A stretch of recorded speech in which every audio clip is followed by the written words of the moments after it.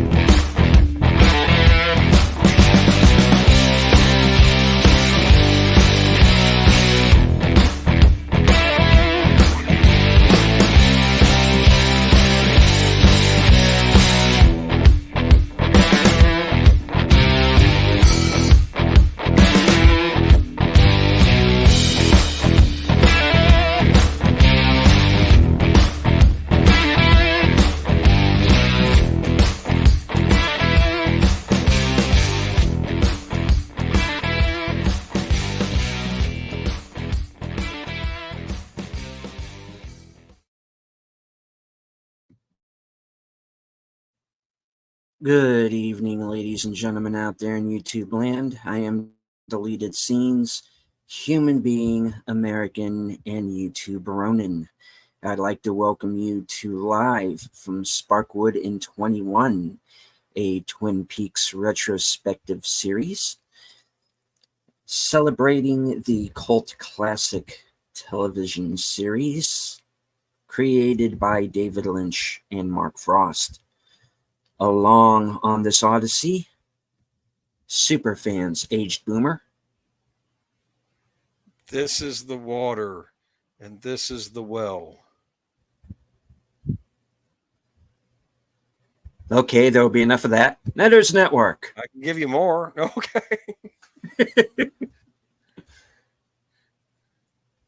And last call, Troy Pacelli. Hello. How's it going? I would like to say hello to everyone joining us in the chat. FKHC 2005, sometimes known as Tim, the tired midnight blogger himself, channel member Curtis Selby, Emoji Queen Lady Mist, Loyal Blue Wrench, channel member, the Bird Woman of YouTube. Watch out for her second channel, Fluff Chick Productions, Connie Cleary. My partner in crime, the toxic gunslinger himself, Outlaw Bill.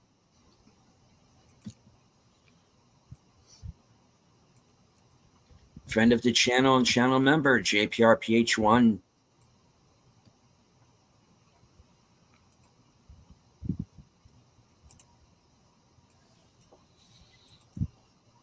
Host of Films with Friends, a show on which I will be appearing this Friday night at 8 p.m. The creator of the 10-word review, Big Al Presents. All right. Scrolling down because I don't want to miss anyone. Geek Flag with Nate Knows, 1973. Good to see you, Nate.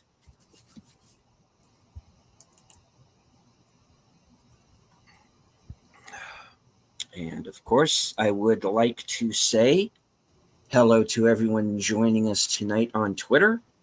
I can't see you, but I know that you're there. And of course,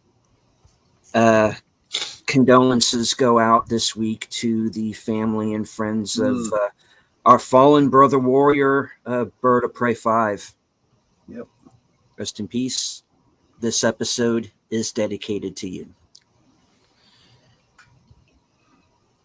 Yep. All right. So, last week we had the infamous part 8 entitled "God of Light." And I think it was entitled Trippy. Yes, it was a little Trippy. trippy. Indeed. It was a little trippy. And first and foremost, I want to thank everyone who watched that video, who shared it out. It is, as of right now, the most watched episode of this program. Nice. The most liked video ever on my channel. Wow. And now the second most viewed video on my channel. So everybody, thank you all very much. We picked up some new fans from around the world. I hope everybody who is new, I hope that you enjoy the show. You're why we continue to do it. And we got a long way to go because we still have plenty of episodes left and plenty of Twin Peaks related material to go through. So,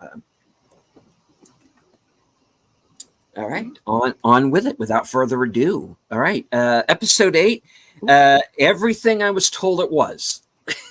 No. And you can't say you weren't warned, right? no, I cannot say I was not warned. I did like the episode. It was really cool seeing Zolo from Cobra Kai show up in that episode. I didn't know he was going to be in it.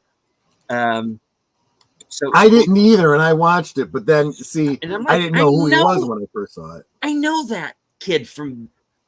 I Yeah. knew I recognized him. I could not place him. But yeah, so it was cool seeing him in the episode. Even though it's not revealed, to the letter in the episode, but we are to believe that the young girl is Sarah, right? Sarah Palmer. I just dropped the link for everybody's Cosme in their chat. You want to pin it to the top of their screens? Oh, yeah. That's a good idea.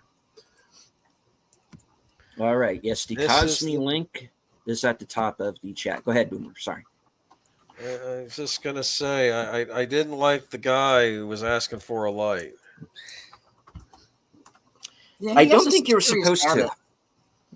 He was something off about him. Oh, there's something off about everyone on this show, but yes, you're right. Is there anyone grounded on this show? I think the 119 lady's all right. Just, I imagine her. She's at she's ringing me up at the grocery store. LB 119. Yeah, she'll just keep saying that over and over again, and it says, but the screen says. But I got a coupon. 119. And that costs $1.19. Right. The manager comes over. You're slacking off because you didn't have your Cosme link pinned. Yeah, I know. The manager then comes over and stares at me and says, "We got a problem here, sir." And it's like, I'm just...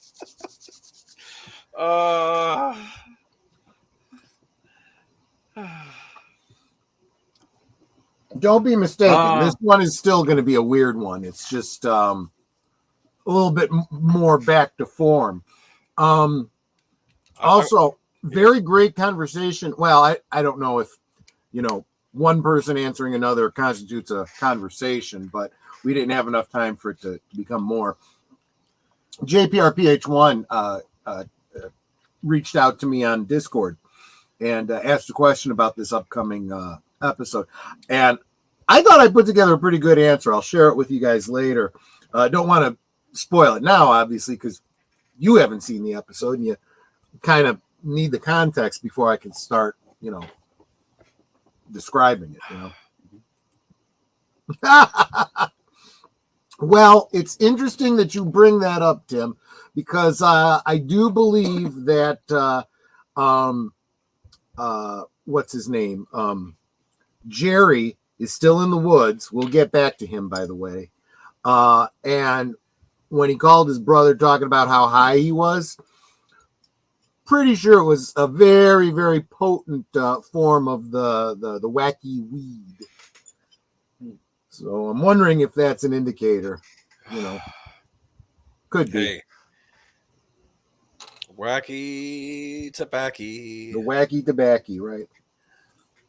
Of course, now I'm starting to think of wacky, wavy, We- inflatable arms guy. Well, there you go.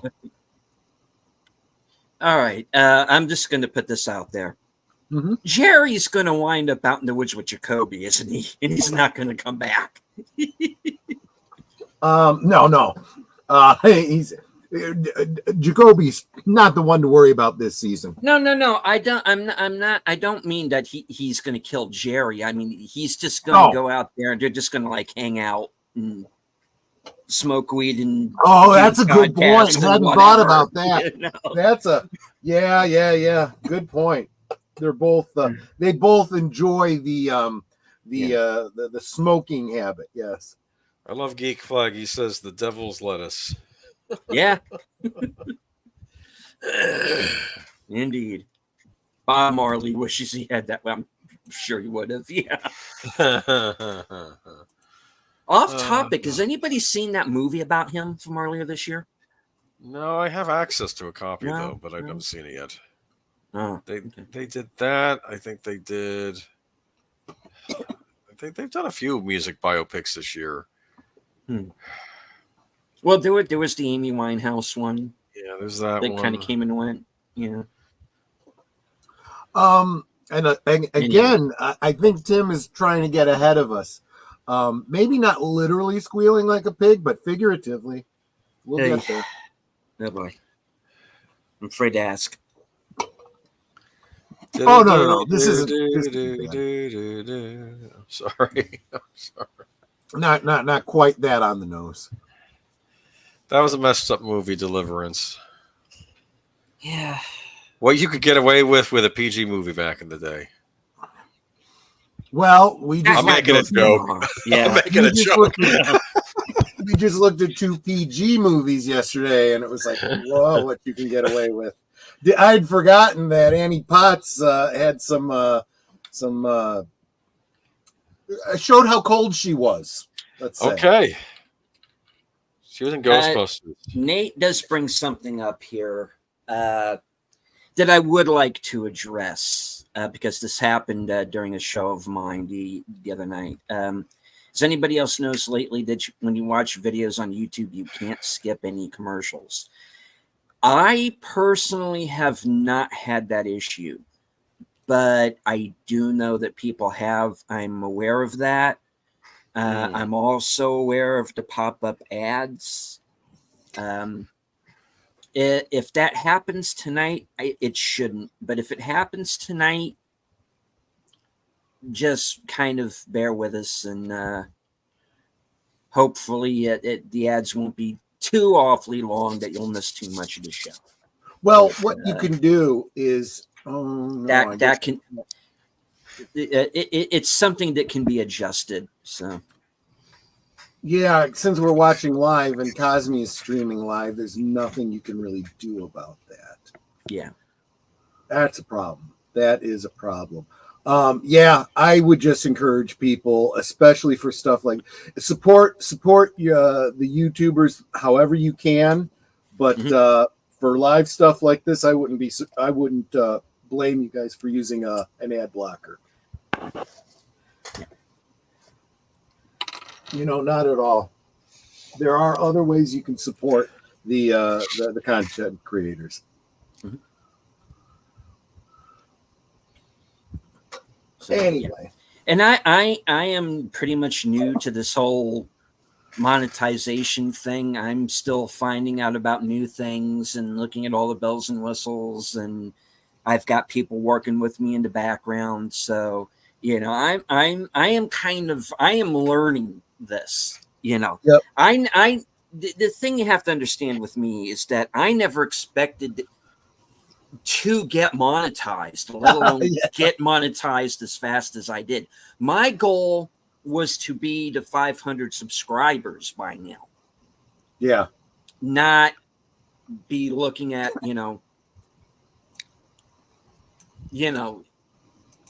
2,600 and being monetized. Right. It was all completely unexpected when it happened, and it just kind of blew up real quick. You have a video go viral, and you never know when that's going to happen. And some things, I've got videos on my channel that have 2 views on them.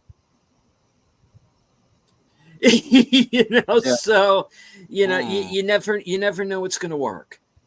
And one of the things that comes with your channel being monetized is cool stuff like memberships and super chats and super stickers and all that. And then there's the other side of it, which are the ads, which are helpful, but can also sometimes be intrusive. Yeah, I'm looking for sponsors. And I'm waiting for HelloFresh, who seems to sponsor everybody, approach Troy and go, "Hey, you want to do this?" I hear you get free breakfast for life. Oh, you mean the like HelloFresh and stuff like that? Yeah. I have just been contacted by Raid Shadow Legends. No. Anyway. Raid Shadow Legends. You flew up quick. That's what she said. Okay. And well, that's just it. YouTube is changing the way ads are placed in videos. They're doing this to combat ad blockers because that's how they make their money. Well, yeah, also true. And I am going to have like a love it, hate it, relationship with the ads. I know that, but that's just part of it. And hello to a new name, Charlotte Nightstar the Werewolf. Hi all. You know what? New here, and I love Twin Peaks. Awesome, Come to the right place. We will absolutely be getting started in just a few minutes. I did want to. Haven't missed anything. I did want to say something though to what Nate was saying. Nate, keep in mind, YouTube. That's not the only way they make money. In fact, it's not even a big part of how they make their money. They're making money by putting ads on content that the creators can't even monetize. Channels that they have demonetized, channels that haven't jumped through all the hoops and gotten enough subscribers and had enough watch hours and maybe have said some naughty words they didn't like or talked about a topic that YouTube isn't too keen on. All those videos are still out there making money for YouTube while the creator makes nothing. So let's not cry too much for YouTube, okay? There's also a reason that there are antitrust cases coming up and working their way up to the Supreme Court, calling out YouTube. But that's not what we came here to talk about tonight. No, absolutely not. All right, so, I do. Go ahead. Sorry, no. All right. I do want to remind everyone the Cosme link is at the top of the chat. You can follow along that way. You can follow along with your own physical copy, as I will be doing. Yep. And for those of you who are not watching live, you can, of course, find the show on YouTube. You do have to pay for it, though. And it's also on Paramount Plus, which, of course, you will have to subscribe to if you choose to do so. I'm just going to say, I really encourage you to get the physical media, get Indeed, the Blu-rays, because honestly, then you have it. You never have to worry about who's streaming it. How can I watch it? All of that kind of stuff. But if physical you're media. Yep. Yes. But if you're here live tonight, you can watch along. You can watch along on Cosme with us. Right. But if you do have your own personal copy, this episode that we're watching tonight, episode 9, This is the Chair, is on disc number 4. There you go. So there you go. All right. Like we said, last week, episode part 8 got a light. It was every bit the insanity that I was told that it was, but it's probably honestly, I think it's one of the best episodes of the show. Yeah. Period. Very well done. Very trippy. Very creepy. Didn't scare me, but very creepy. And definitely went into Del Toro territory with the moth frog thing. I don't like it. You I don't like it. I don't. Freaked me out, man. I got you, man. I got you. Well, maybe this one will be a little. There's still some freaky stuff in it, but not quite like last week. All right. So, Dougie fans, I understand we're going to be getting. Dougie is back. We are getting Dougie'd tonight. So, Dougie's getting Dougie'd tonight. Oh, I think it's tonight's episode. Okay. All right. Well, then, unless anybody has anything else they want to discuss before we start the episode, I say let's get to it. Absolutely. All right. If you will all head on over to Cosme and join us there. I do have to hit join room. Hopefully, I have not been disconnected. Let's see. Connecting, joining, and I appear to be there. Okay. Awesome. Hello to everybody in Cosme. I swear, every time you say "let's get to it," I want to see a clip of the cowboy saying, "Oh, here's a guy that just wants to get to it." Ever from Mulholland Drive. And Charlotte, just to be clear, you're invited too. That link is pinned to the top there. Just go ahead and right click on it. You're going to have to, set yourself up with an ID to come into the room, it doesn't have to be Charlotte Nightstar the Werewolf. It could be whatever you want, and it's free. And it's free. It doesn't cost anything. Right. Just so you can watch the episode along with us. Unless, as I know some people are, the episode so well, you could just imagine it in your head. We've had people who are on the road saying, "You know what? I know this episode. That's okay. Just talk. I'll listen."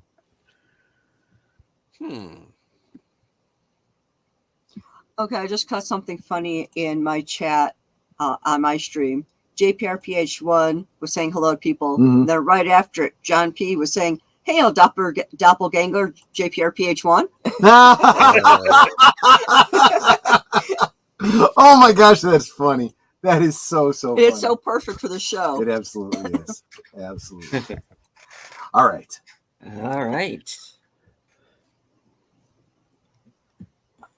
Yeah. All right. In 5, 4, 3, 2. I knew he was going to do that. I knew it. It's just I could tell by the way he's counting. I said he's going to pull it. Please, of course, subscribe to the channel of our new friend in the chat tonight, Charlotte Nightstar the Werewolf. Appears to be some Twin Peaks related content there, among some other things. So check out her channel. There you go. Just dropped her channel so that you can connect up with her. I'm guessing you dropped it on your stream. Oh darn it! Yes, you're right. I should have done all. So it's on everybody's stream. There we go. Sorry about that, everybody. I'm still getting used to the, being a sidekick on someone else's StreamYard here. All right. Ooh, she's got a video here, sleep relaxation ambiance. Yeah, okay, I gotta check that one out. Yeah, I love those. Check them all out either. All right, for reals this time, folks. Yep. In 5, 4, 3, 2, 1, hit it. There we go. Flappy tried tried making some money off the Hollywood Walk of Fame for a bit to get his picture taken. Nobody knew who he was. They just said, "Get out of here, bird." And then they flipped him the bird, right? Yeah, he was not happy. Is the word. I think he started picking at the guy who was dressed as Superman. He was just mad. He had a nasty temper. He really did. Well, At least he from what did. I've heard. Well, I never actually met him myself. It didn't help when he started getting into the bourbon later in life. I'm Yeah, telling you, that's it true. was not good. Bird. Bourbon. Yeah, exactly. Look at that mist. It is beautiful. I bet the air is so fresh out there. Oh, you've never been? No, No. Snoqualmie in North Bend is just, It's beautiful. it's beautiful. Okay, if you are wanting to get you anywhere for Twin Peaks, well, like between Twin Peaks Fest, but anywhere of the sites that you want to go to, if you stay in North Bend, everything is like 10 minutes away. And the falls are gorgeous. I've been down to Bowland like 2 or 3 times. Absolutely gorgeous.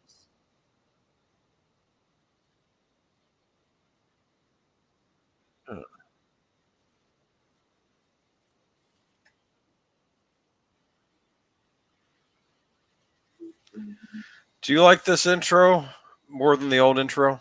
I wouldn't say more than, but I do like it. Okay, Doppelcooper. Here we go. Okay. He just won't die. He's You can have a war- basically a zombie at this point, isn't he? Right. He's going to stop by a farm, and the farmer's going to say, I'll give you a nice warm bed and a meal. Just stay away from my daughter. That's sort of Right. Exactly.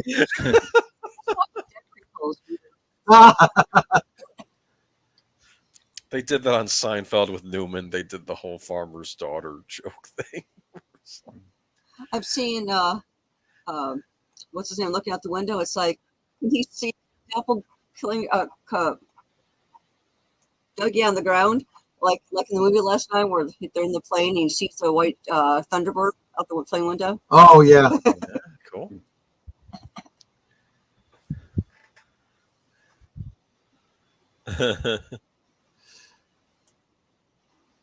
Try to keep it down. Yeah, no, that doesn't. If only he knew how to text, right? Right. Uh-oh.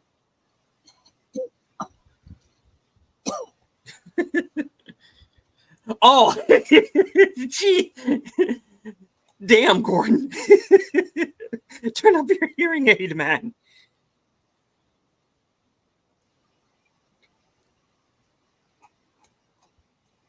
I'm imagining him doing this in the middle of the Library of Congress. Right? Yeah.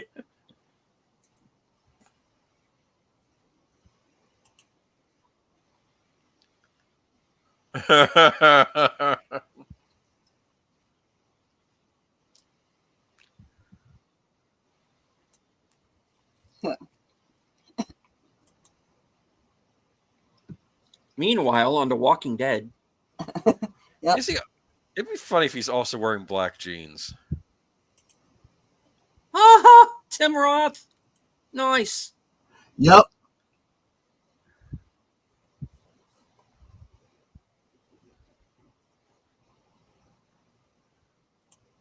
I'm going to take that sleeping means something else.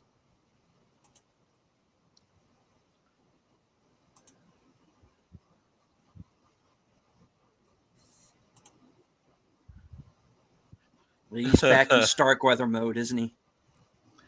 English actors do Southern accents very well. I've noticed this. Meanwhile, in a Tarantino movie not far away. Right. Exactly.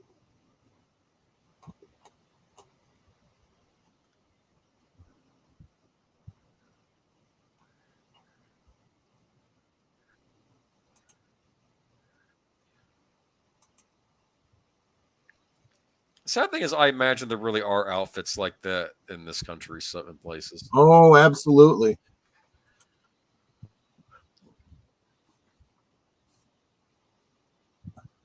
Oh,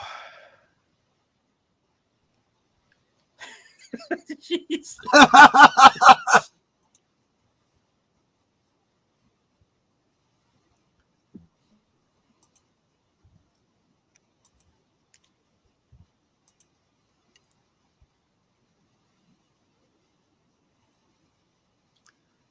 I wait for Albert to open his eyes and go, Blue Rose? All right. Is Albert sleeping or just pretending to be asleep so he doesn't have to talk to anybody? Pretending, probably. He just blinked, yeah. Yeah. Although he's probably used to sleeping when Gordon is, you know.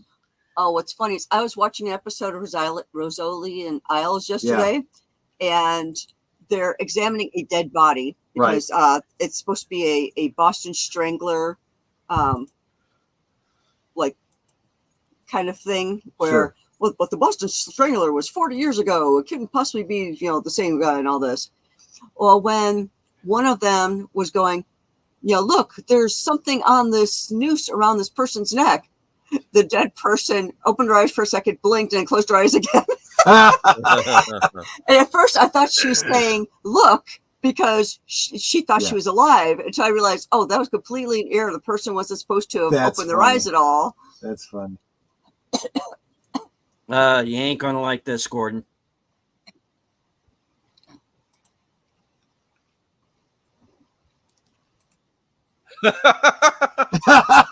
Exactly.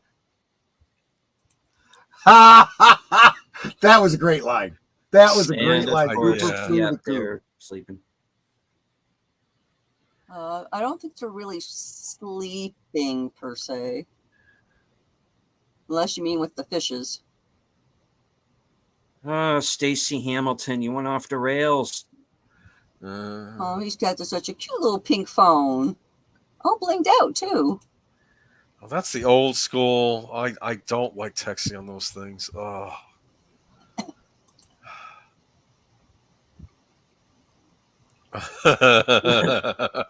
he is just on the verge of a heart attack through this whole show, isn't he? Yes. I want to know where he got that suit jacket. I want that. It's nice, actually. Yeah. Well, he needs it for what, Otis? No, Luthor. Luthor. Oh, Lex Luthor. That's basically the suit jacket he wore. He could have played an Otis. Oh yeah. I am now convinced that this entire series was set up just to kill Patrick Fischler on screen. Yeah, come in here. I'm about to have a heart attack. Get the defibrillator, damn it. Charlotte says, is it creepy? I thought Mr. C was hot. And I'm looking for that kind of leather jacket. Yeah, it is a nice jacket. That is true. I can see that. I mean, he still scares the crap out of me.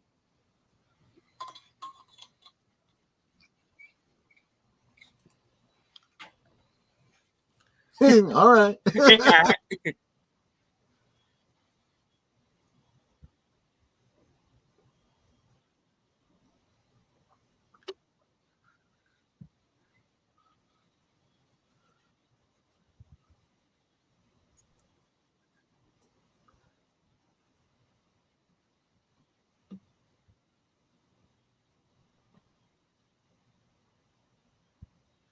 He is so specific, just like the real Agent Cooper, right? It's very much that whole, he is the evil version of Dale. Okay. This is the life. I'm joining Evil Cooper.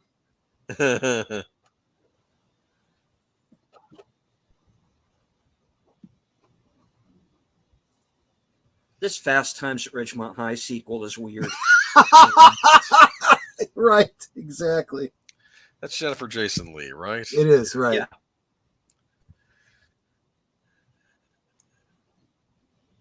Make sure you take Ice up to room 613. I would need a ladder to get into that vehicle. Yeah, it is.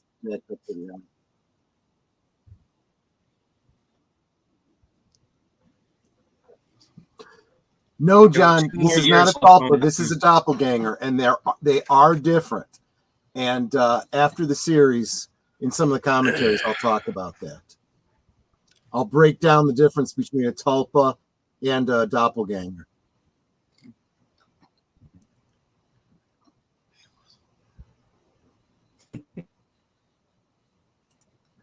The tulpa Pantariero.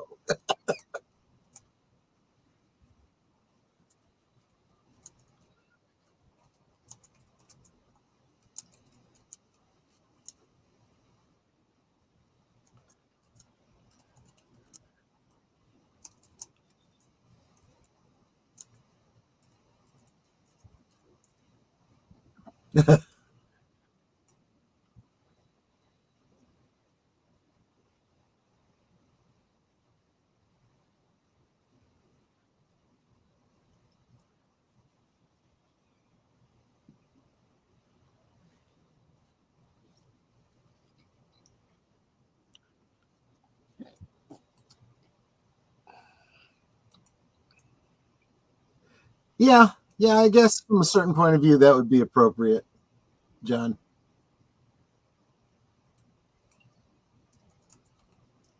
They look similar. Somebody leave.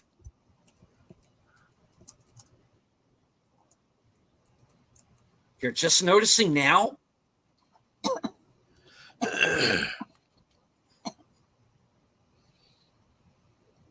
Yeah, start putting some things together.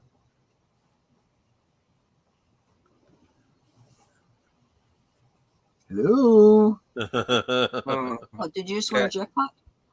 Yeah, right. I just want to jackpot. Hello.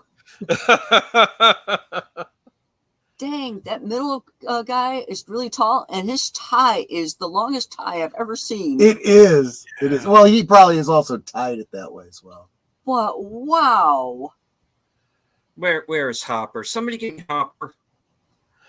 I tell you though, someone did a little YouTube video where it's just him saying hello and all the money coming out over and over again, and then it ends with him saying Mr. Jackpots. Mr. Jackpots. There, did you see Charlotte's comment to you?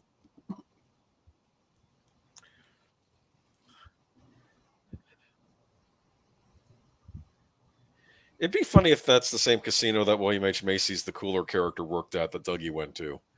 Oh, interesting. Like these were the new management after right, he left. Right.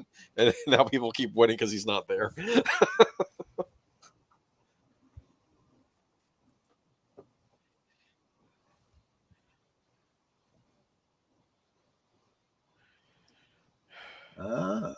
Is there anything on anybody prior to 1997, though, for being honest? I'm kidding.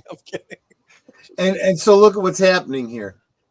They see him as a threat, so they want to find anything they can on him.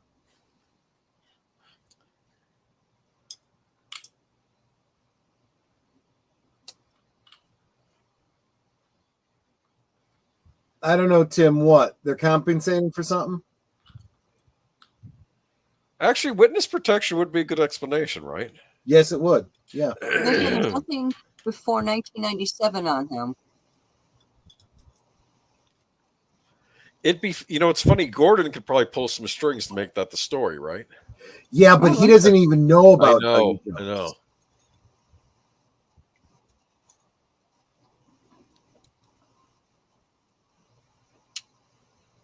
You get a ticket?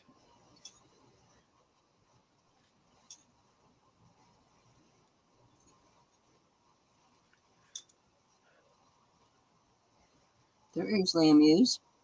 Well, you get the impression that there's some stories here that we're not privy to. But I've worked in the insurance industry, and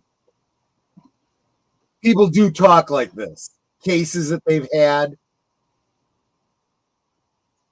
My attorney does the same thing, talking about some of the cases he's worked on or that his wife has worked on.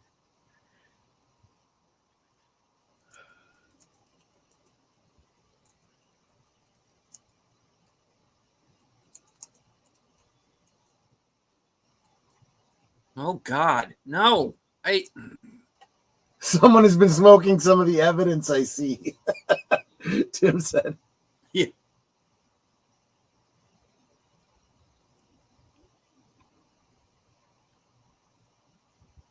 I thought he was going to take the coffee.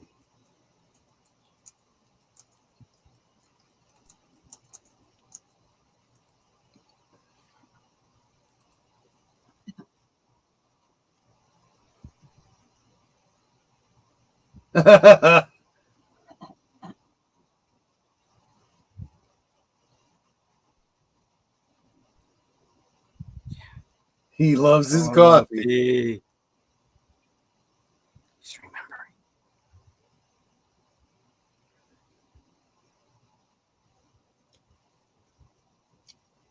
By taking the cup. Oh, they're going to run his prints. Oh, I wonder if This his is gonna prints are get going to. sticky. Come back as Agent Cooper's. Yeah.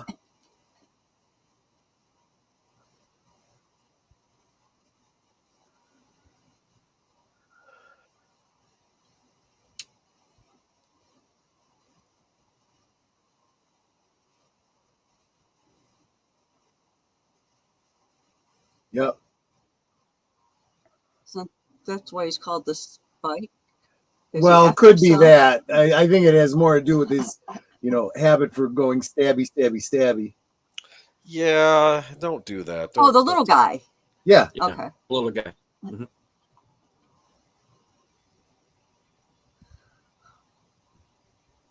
You're thinking, why did they call Two Gun in Unforgiven? Oh, okay. Was that like what's that one lobster? Was it Jimmy Two Times? Jimmy 2 times because he said everything Yeah. 2 times. I'm Get gonna go the get papers, the get papers. What's going on in Dougie's mind? That's a good question. Well, here's the question. He's drinking coffee. He likes coffee. People know he likes coffee, so they keep giving him coffee. Is he waking up? Oh, maybe. American flag. That's significant, right? Yeah, He's- it's a touchstone for him too. Because he was an agent. So yeah, things like that are Yep. familiar and comfortable to him. And he was always kind of a patriotic kid growing up anyway for the Bucks, you know. You have to remember that Dale Cooper is kind of He's a an Boy Scout. ideal. He's an ideal, right? He was a Boy Scout, an Eagle Scout. He is the FBI agent that existed really only in fiction. Oh, hello. Hey. Red shoes. Yep.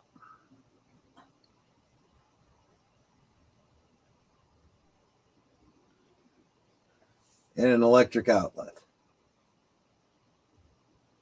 Electricity.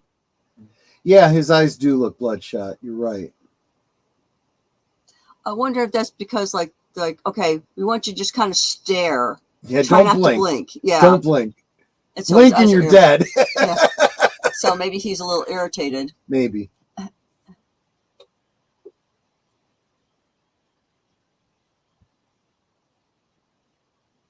Yes, his My Life, My Tapes. We did a listen along with that, and we commented on that a while back. Between seasons of Twin Peaks.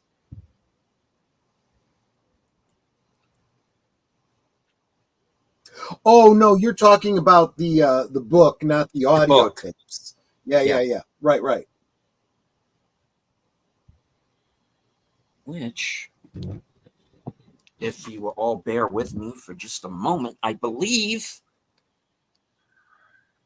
because I keep a shelf here in the room that I've pretty much dedicated to Twin Peaks. There you go. And here we go. Yeah, Charlotte. Between have- Curtis and Nate and Tim. Yes, that's the book. Yes. Isn't there a chunk missing off of one of his hands? Yes. Oh, yeah. Cooper messed him up, man. Yeah, those guys are Johnny on the spot with their gifts. It's a lot of fun here.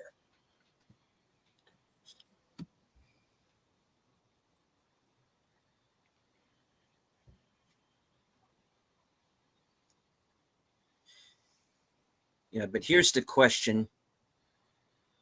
Mm. Can they take this guy?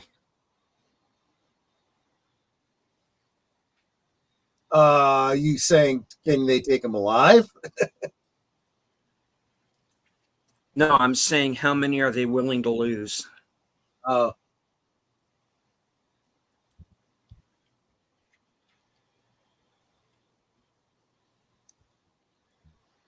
Mm. As a matter of fact, we have your whole palm. Oh. Oh, you're easy. All right, I'm kind of disappointed. All right, never mind. Well, if his stabby hand is his right hand, Yeah. he's no good now. You don't bring a knife to a gunfight. And it's not like he had anywhere that he could, Actually, duck for he cover. had a gun and that he was going to shoot Dougie. No, right then he Oh, didn't have a gun. Ooh, that's a nice Right. piece of furniture there. Only $179.99. Look at that. Yeah. That'd be Nice. well over $600 now. Yep. And once again, every time we come back to Twin Peaks, I feel more comfortable. Right? It's like we're home. It's like what she has an invasion. Somehow he's able to change it to red on her screen because it should be two different computers. Unless they're on the same account, maybe. $180. Oh, maybe. So why don't they get both? They each have a chair. Unless there's only room for one. So what? One is going to stand and the other is going to sit?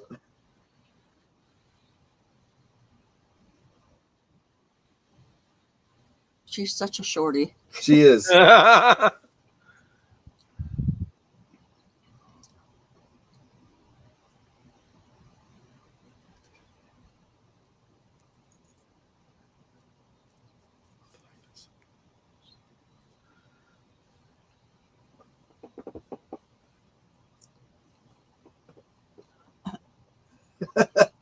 I'd love to know how you do that, Nate.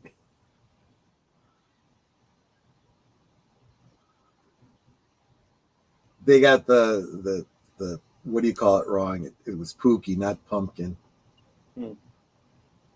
Which means she's going to buy the red chair because he likes it.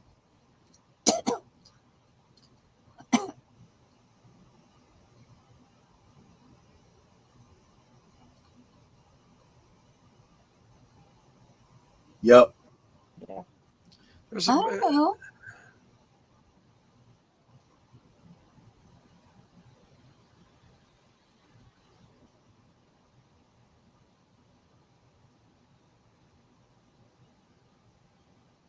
I kind of know what went through her head too. She turned around and she's like, she wanted to say something, but she doesn't want to ruin the surprise.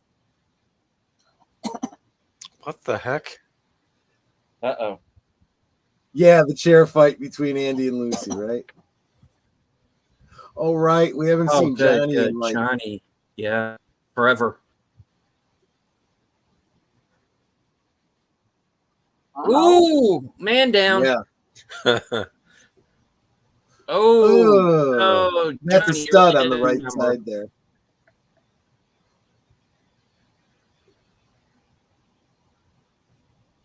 Oh, Johnny. There's Johnny.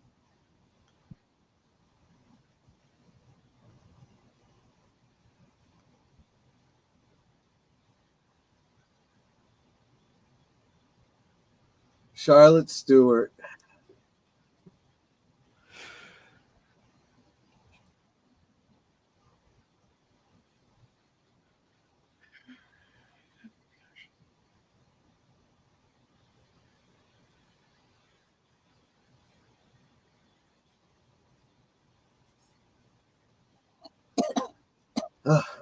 Oh, thank goodness. He didn't bring Shad. Yep.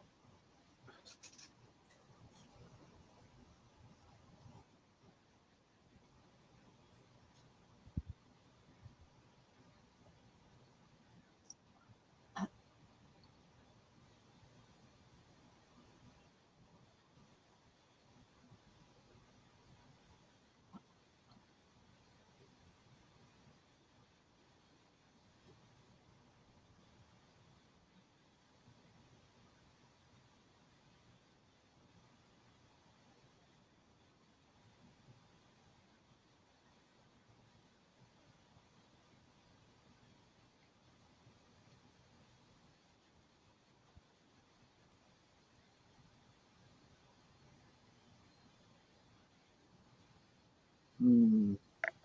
Mm.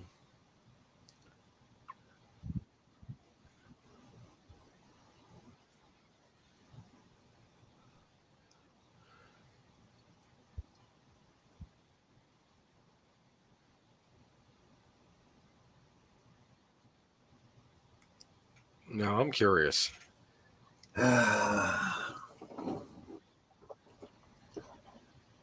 She's had to live with stuff like this for so long, you know? Mm-hmm. Give them the this. That's what they're there for.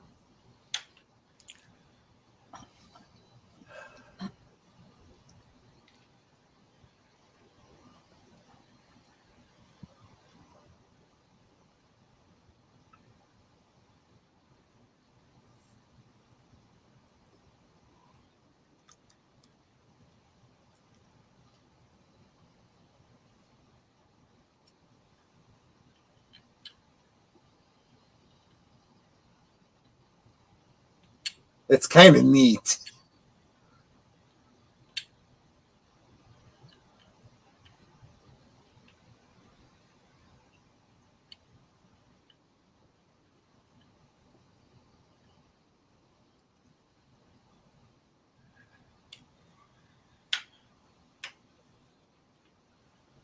Mm.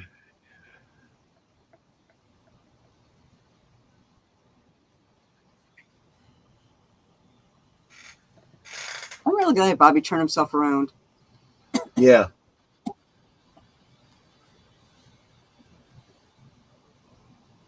Didn't I tell you, Deleted? I said he's got one of the best arcs, and it pays off. Mm-hmm. Now give him his father's lightsaber. Yes, give him his father's lightsaber. Hey, PJ, welcome. It's So- like they wouldn't take the coffee until they knew Well, it's like we're here for a purpose. Give us the purpose thing, and then we can relax. they were on pins and needles about how she was going to respond. She matches the couch. Mm-hmm.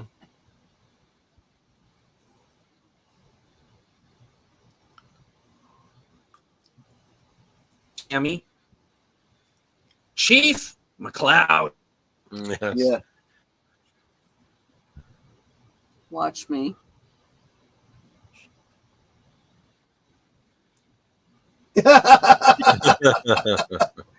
That's right.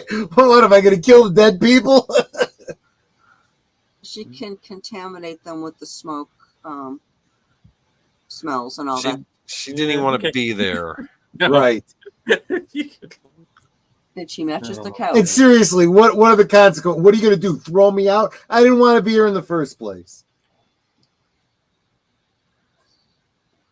Dude, those gifts of yours. I don't know how you find them. And so quick.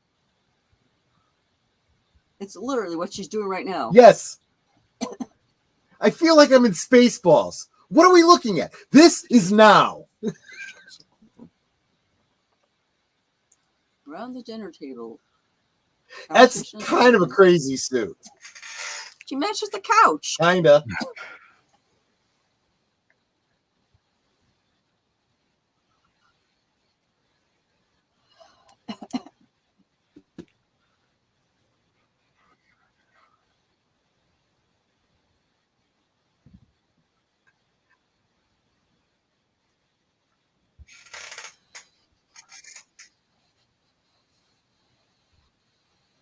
Oh, PJ, that's so sweet of you. Thank you so much. Pins and needles, needles and pins. A happy man is a man that grins. Bet you don't remember that line. I do. Pins and needles, needles and pins. A happy man is the man that grins. Is that the Joker? I don't know.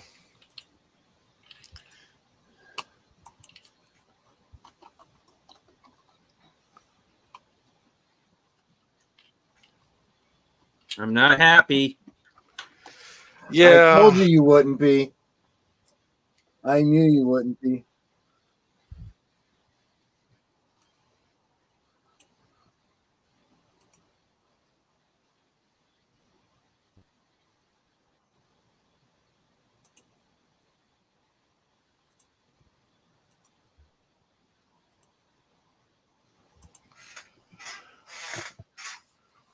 Oh, Ralph crammed it on the honeymoon. Okay.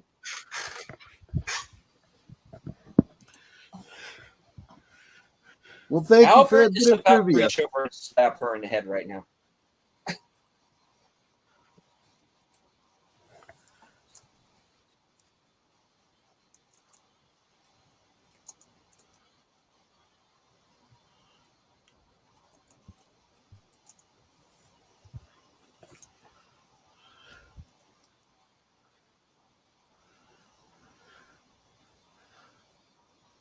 That's a little weird, isn't it?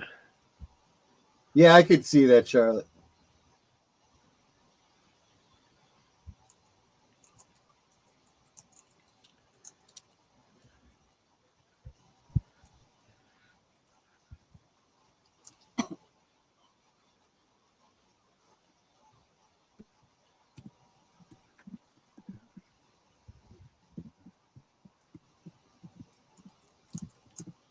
Interesting, isn't it? Yeah.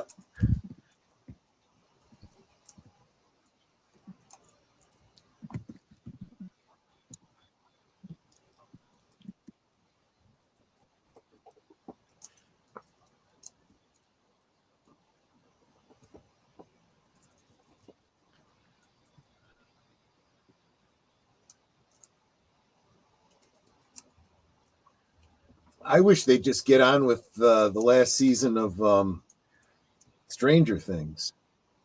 Yeah, that is taking a while. Oh, that's still around? Yeah.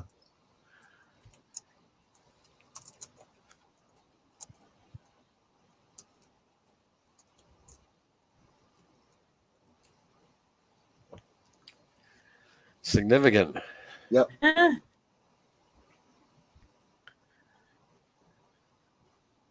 Where'd she get the ring from? It was inside the corpse. Ooh. Yeah. Surprise! Yeah, exactly. Like Cracker Jack. It's just like a Cracker Jack. Okay, here we go. What a long, strange trip it has been, right? Yeah. It's about to get a little bit stranger.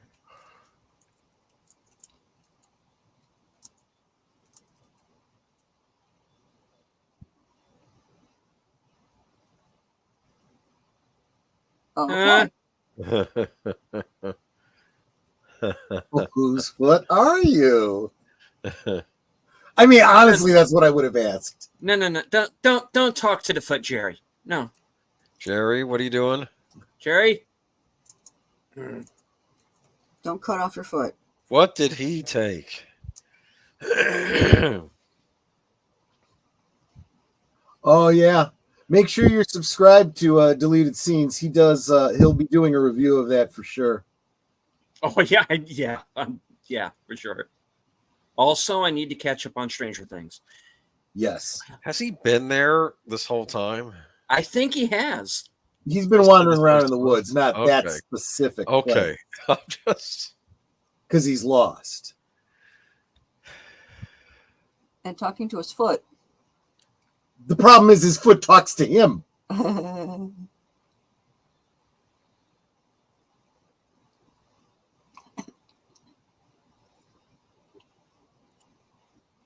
The shrooms of Ghostwood, huh? Yeah.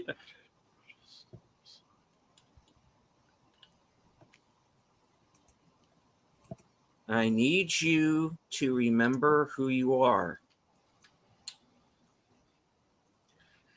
Okay, you're not. Oh, okay. Was he just hoisted by his own petard? Yes, he was. Yeah. I'll comment on that at the end of the episode. John, like I said, John asked me about that in Discord, and I think my answer was thoughtful, even if it's not accurate. Pipper. Yeah, Mike Pipper. Yeah, he's turned. Jerry has turned into Pipper, Tim. look.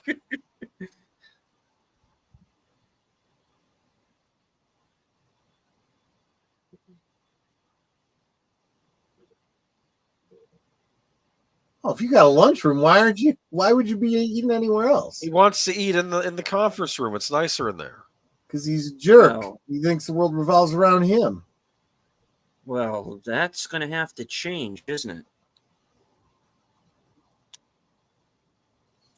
Notice how he's having 2 frozen meals at once. Yeah, he's a hungry man, I guess. Pun intended. Yeah, Stranger Things got held out because of the pandemic, then writers and actors strikes, kids growing like a weed, so they had to go back and do reshoots. Okay. Yeah. It's like, yeah, you need to ask someone to get the door for you. No, these guys are not going to get the door for you. Hawk, do not get the door. No, you do not Hawk's need to get the too door nice for a him. guy. He had to. It's also he wants him out of the room. Yeah, Before he okay. spills something on the floor. You do, my father. No, he's delicious. The pause was them saying, "We really don't want to help. We don't like." We don't even want you to be here. It must stink in there. What was he eating?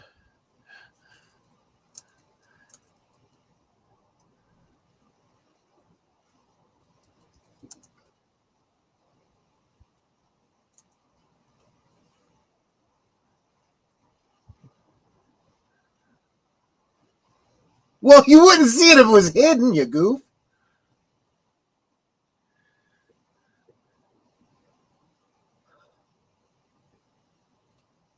I know how to open that.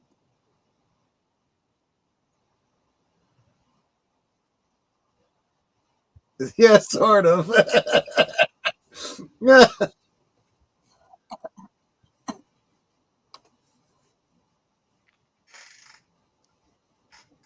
It would be real funny, like after they leave and you see Chad walking back into the room with his lunch. Yeah, right. And Lucy is allowed to eat at her desk. Oh yeah, reception. If they don't have coverage, you better let them eat at their lunch at their desk. No, They, but like- I think they would let her anyway, is my point.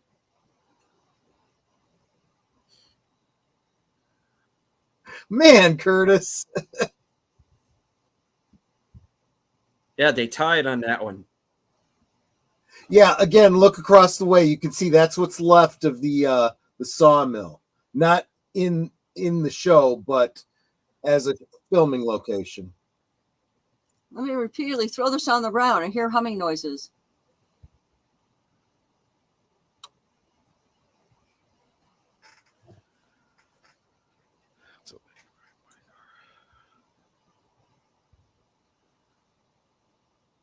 Throughout the original 2 seasons, they never showed you across the parking lot, so that you didn't know that the sawmill was literally across the road.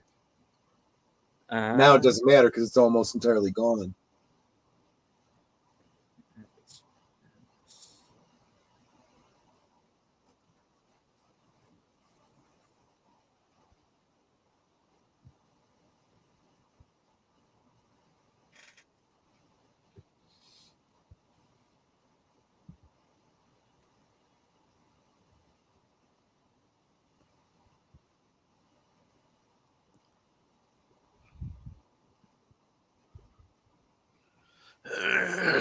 One-Eye Jacks.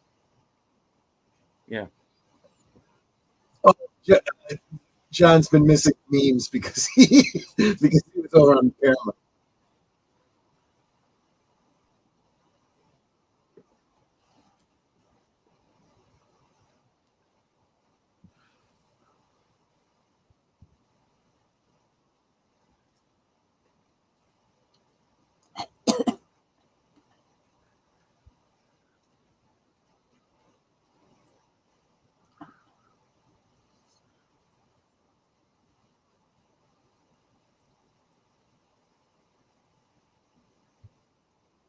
He's a Time Lord. Yeah.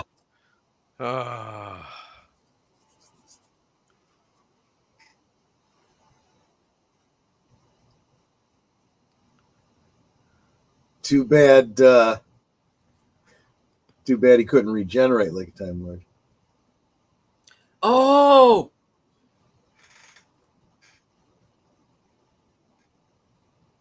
Yep. Those are the numbers from the number station. 2 Coopers. Because they're 2 Coopers, right? Yep. You mean they set that up all the way back? Wow. Yep.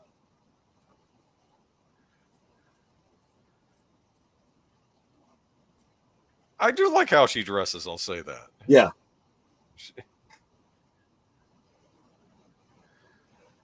Now, in fairness, I don't like to ruin the trick for people. There's no way of knowing if he actually had that planned or if he was just working with a happy accident. Well, it's like Star Trek 2, 3, and 4. They weren't necessarily they didn't necessarily have a trilogy in mind. It just kind of worked out that way. Just kind of worked out that way. Yeah. Yeah. Pity a certain sequel trilogy couldn't work out that way too. But anyway, let's not talk about. I kind of wish we got to know Diane Evans back, in the early '90s. The Diane Evans that Dale knew. Yeah. Guys, Let's just stand here awkwardly. I know. And that's exactly what Tammy's thinking. She's like, this is awkward. somebody tell a joke. 2 FBI agents walk into a bar. No. What? He's like, what? I haven't had a cigarette in 20 years or whatever.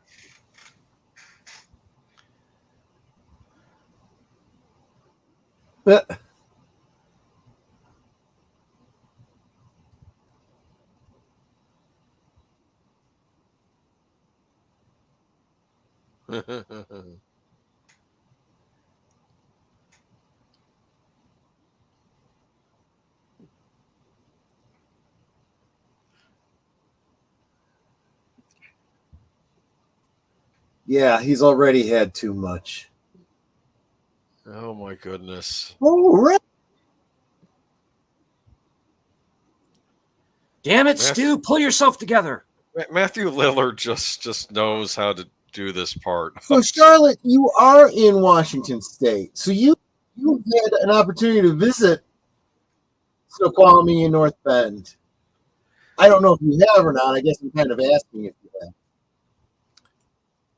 I have to say, I think Matthew Lillard is one of our most underrated actors. He really is good. Yeah. Yeah. He's not used enough. Let's face it, when you can go from playing Shaggy and doing it spot on perfect, and then turn around and play a one half of a murdering psychopathic team,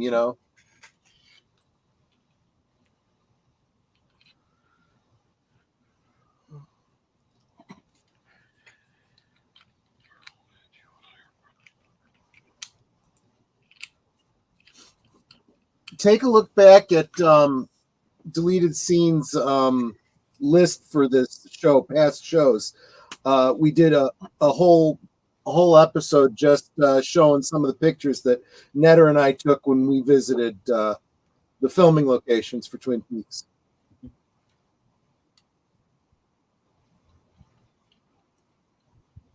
I do have a separate playlist for this show. It is public. Anyone can access it. Watch any episode at any time.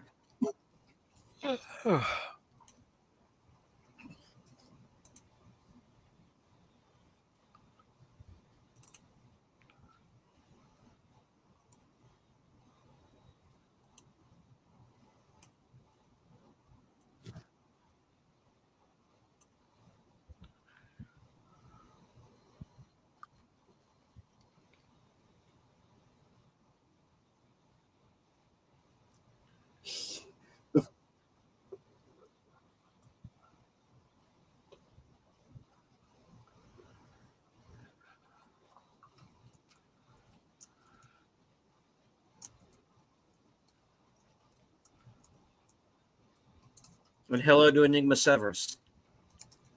Hey, Enigma. Welcome.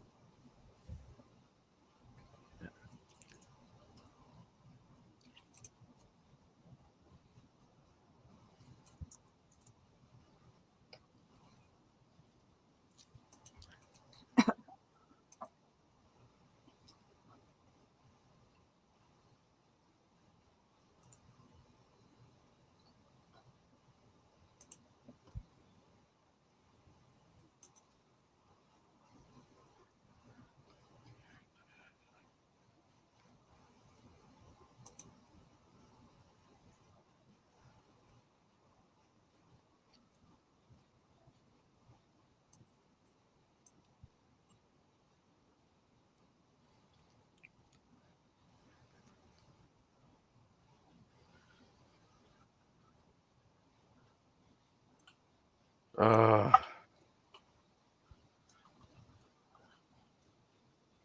forced me to watch Scream 7. Has there been a Scream 7? I was not out yet. Sadly. Yeah. Or whichever one it was. I don't know. I quit after 4. I don't think he's been in any others except 1. He's actually in 2, but you have to kind of look for him.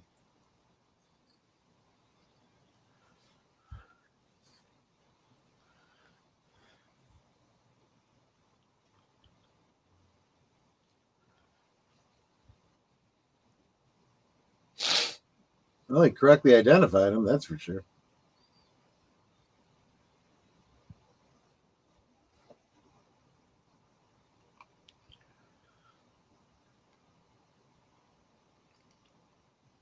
Then I got cast in the Name of the King. Why? I don't know.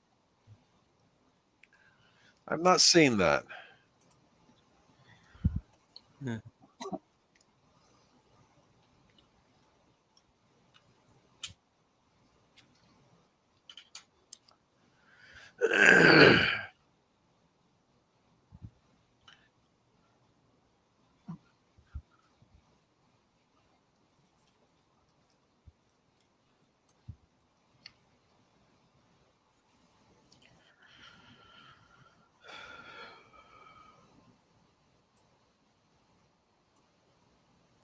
Well, except for the head missing part.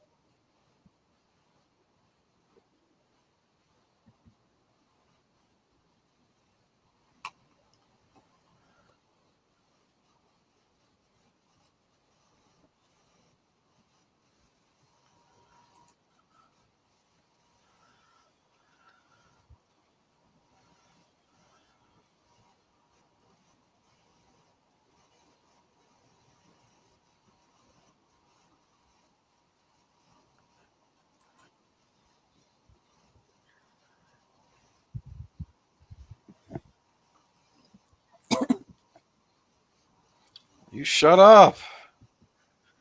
Oh. The words you were looking for are, I want a lawyer. Wait, his lawyer's in jail. All right, never mind. Another lawyer.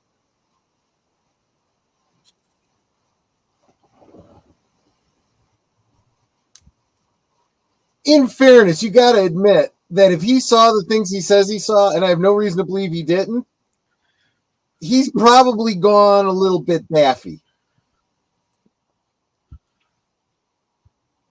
I want to go scuba diving.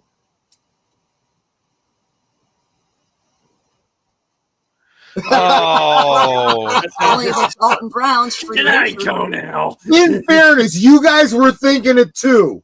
He just said it. Yeah. Don't give him grief for saying what you guys were thinking. No, Oh, no, not at all. please. It's called filters, Meanwhile. Troy.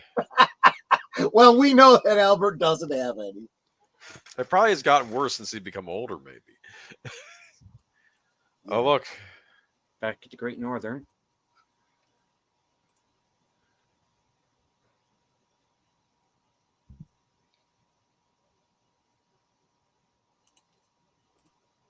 Back to I can't believe they haven't yet.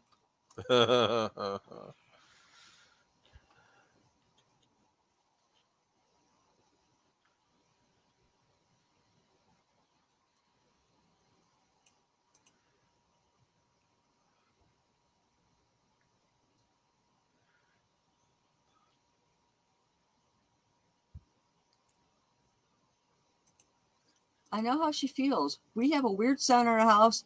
We've lived here 19 years, and I still can't figure out what. But listen, I think that's something very specific.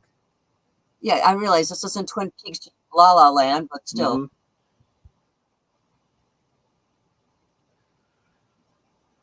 Turn off What the lamp. used to- That makes electricity. What used to drive me nuts at night was the engine noise. It was like this constant running engine noise. Like an airplane flying over your house, but it's like stopped over your house. all night long. But lately, I haven't heard it. He mentioned monastery bell. Specifically, I think it's a Tibetan singing bowl. Mm-hmm. Ben, you promised to be good. Let her down easy. See to Johnny. We forgot about Johnny.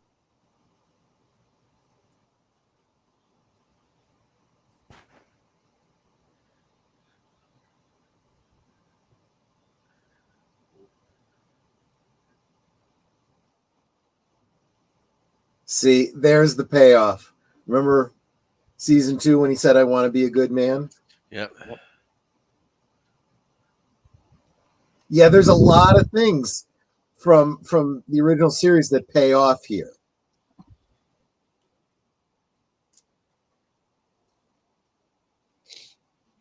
That's supposed to be mad music. Okay. Oh, give it a chance. Once the vocals, I think this is something else entirely. They're going to get to a song that is really good. What is she drinking there?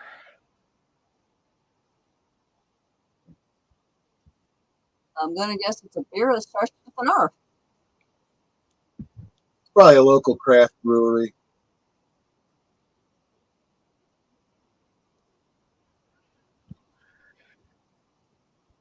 It's R for Roadhouse.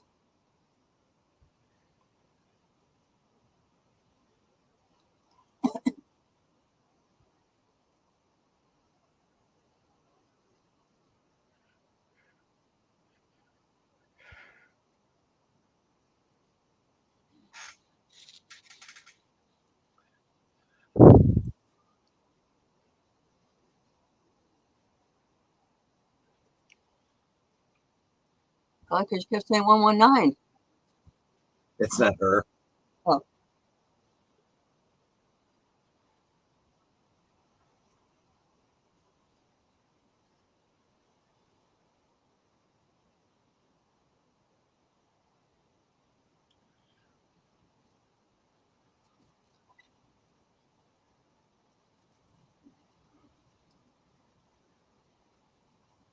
She's unpleasant. Easy. Meth head.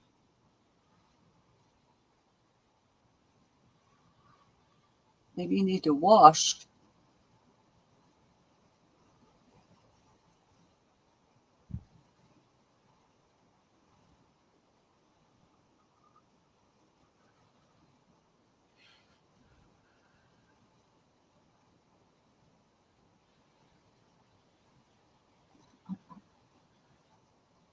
And no beer in that can.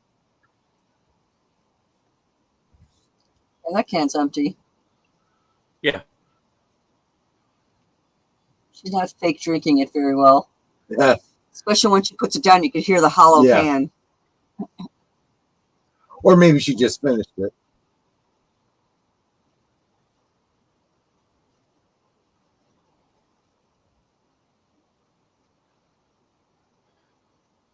Burgess Meredith, Colin Farrell, what?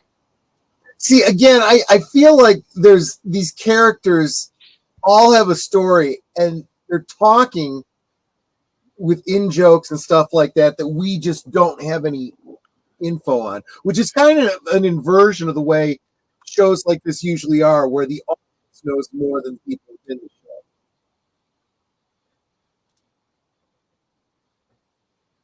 Oh, hello. Yeah.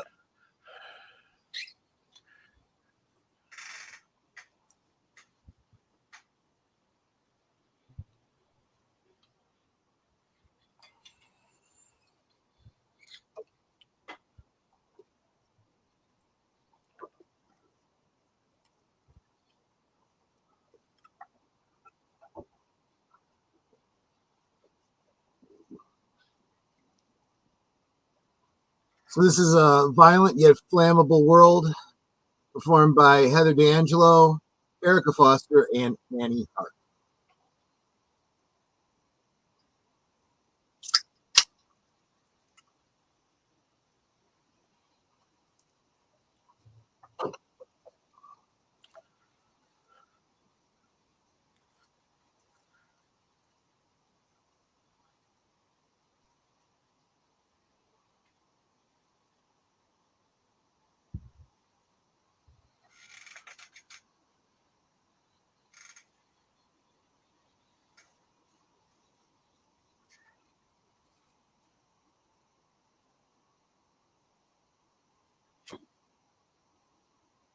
I believe that collectively they're known as au revoir, Simone.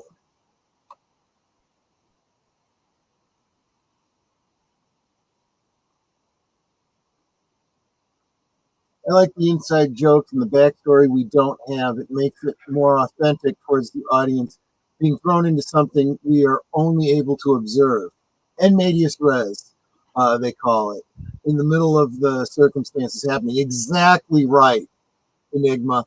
And it's the kind of thing that I talk about when I say there's so much implied story that you can, as you talk with other fans and stuff like that over 30 years, you're building up these stories in your mind about these people you don't even know, fictional characters.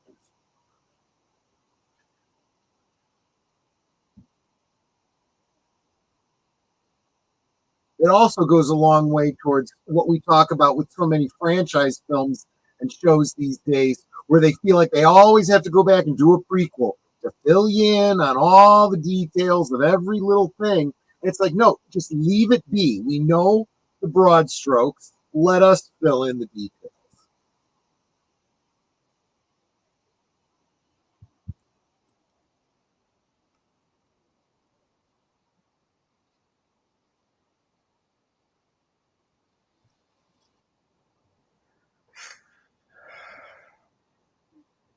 And there you go. And that is episode. Well, part 9. They don't call them episodes, but I did want to, and I hope, John, you don't mind. I wanted to read what we discussed on Discord, because it was I just thought it was really. I was kind of proud of myself. I'll just be honest with you. So John said, I'm reviewing the episode for tonight, and there's something more up with Jerry's foot than him just being stoned. With an arm being a small person and a sycamore tree with a brain, is there lodge activity going on with him somehow?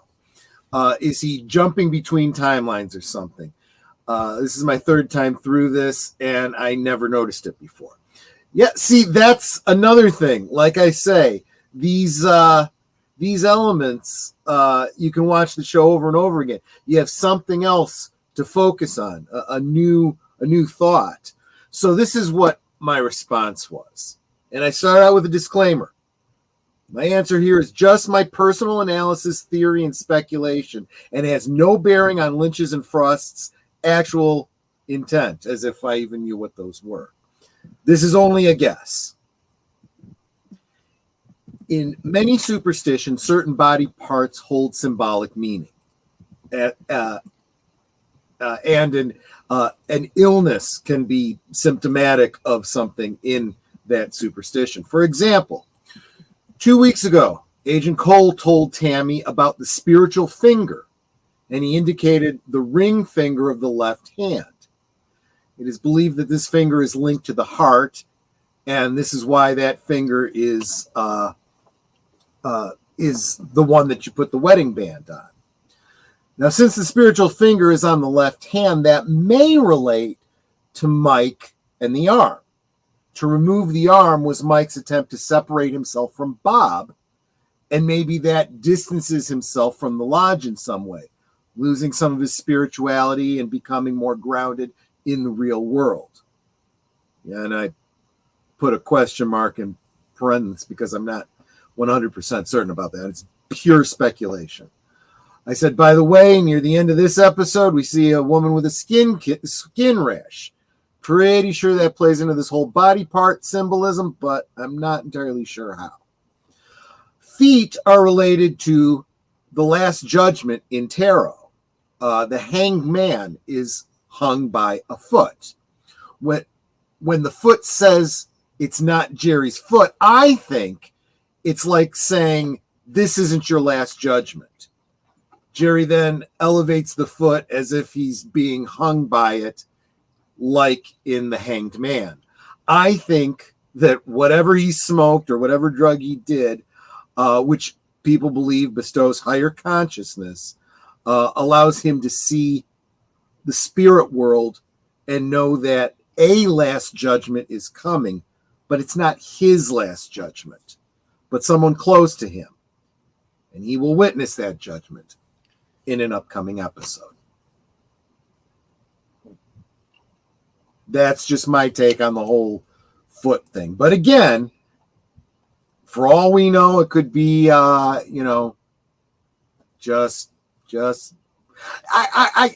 not doing this anymore. I'm not saying that there's anything in this that's just weird for weirdness sake, because every time I start to think that, I come to realize that that's not the case, that there's actually a whole lot deeper stuff there that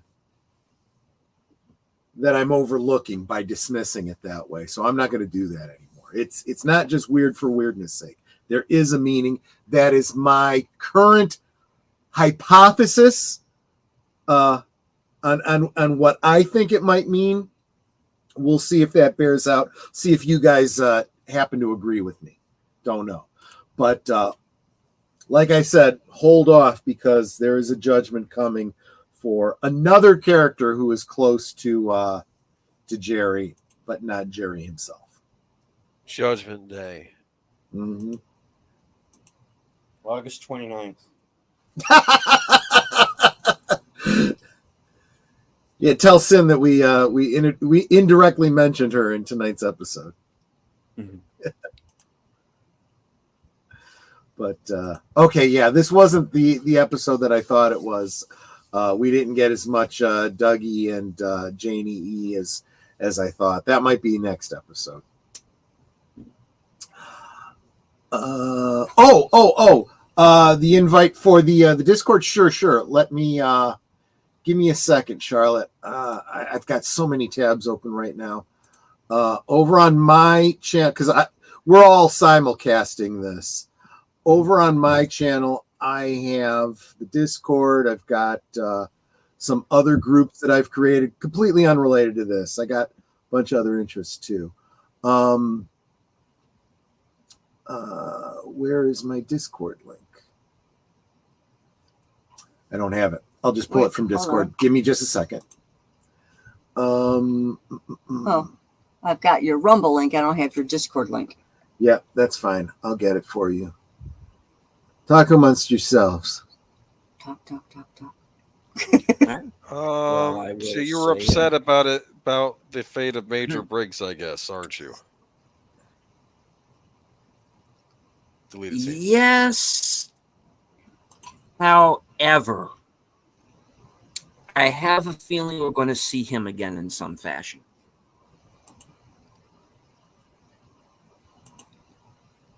You never know, right? Wrong. We'll see. You never know on this show, because if, well, like I always said, I have a theory about what's happening, an idea of what the ending is going to be. And so far, everything is tracking. There we go.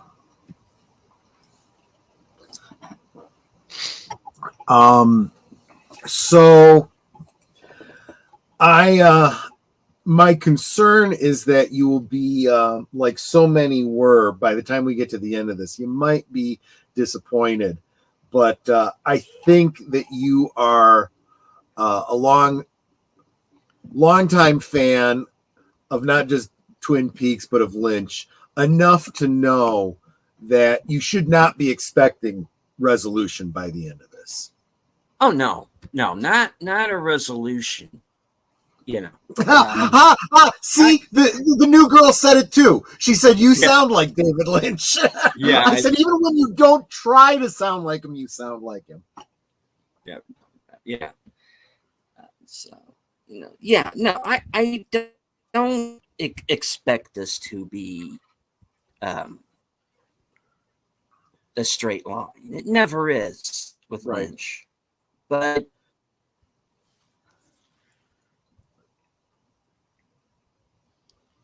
it has to end somewhere. And I think he has to get specific characters into a specific place at a specific time in order to have the ending that I think is going to happen. Yeah. And I know that's vague. That's because I don't have all of the pieces yet. I just have an idea. I don't think anybody who even has a passing knowledge of the history behind the Twin Peaks and the show and all of that. I think pretty much everyone knows that David Lynch did not intend to resolve the story of the mystery of Laura Palmer. No. And he was pressured by the network to do so.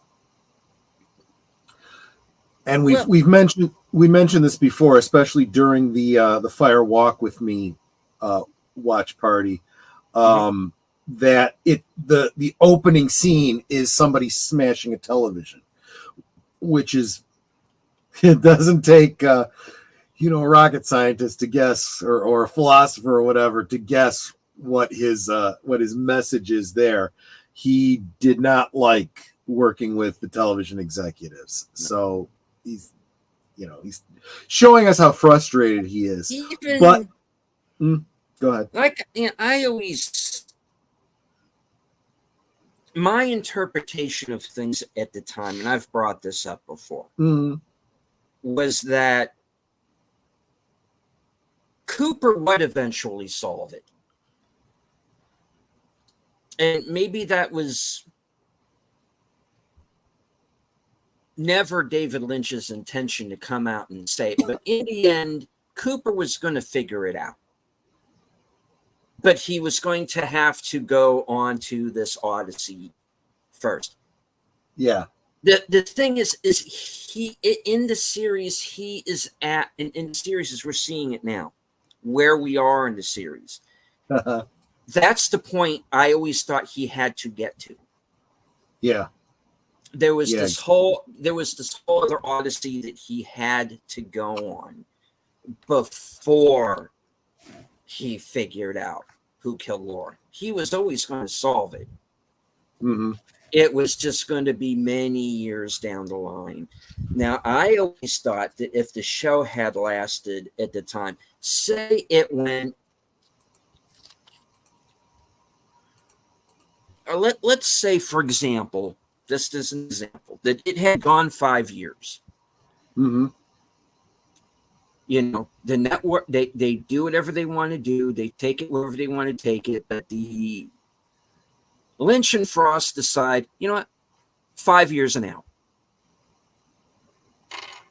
And we're going to put some kind of bow on it, They're just going to do better with it than Lost did. Anyway, no? Okay. Anyway. Let's face it. Lost was a pale imitation of the Lynchian storytelling. Well, I don't know. I'm not as harsh as you on Lost. There was good stuff on Lost. Just kind of petered out at the end. It was. Sure did. Yeah. But my point is that in the end, he was going to figure it out. But he had to take this journey first before he got to that point. And then in the end, he can walk off into the sunset with, go get Annie, take her to Tibet, whatever, Right. Because why not? Now, that's not what I'm saying is going to happen at the end of this series. Though I considered it. I think it's going to end in a very different place, and he's going to be with a very different person. But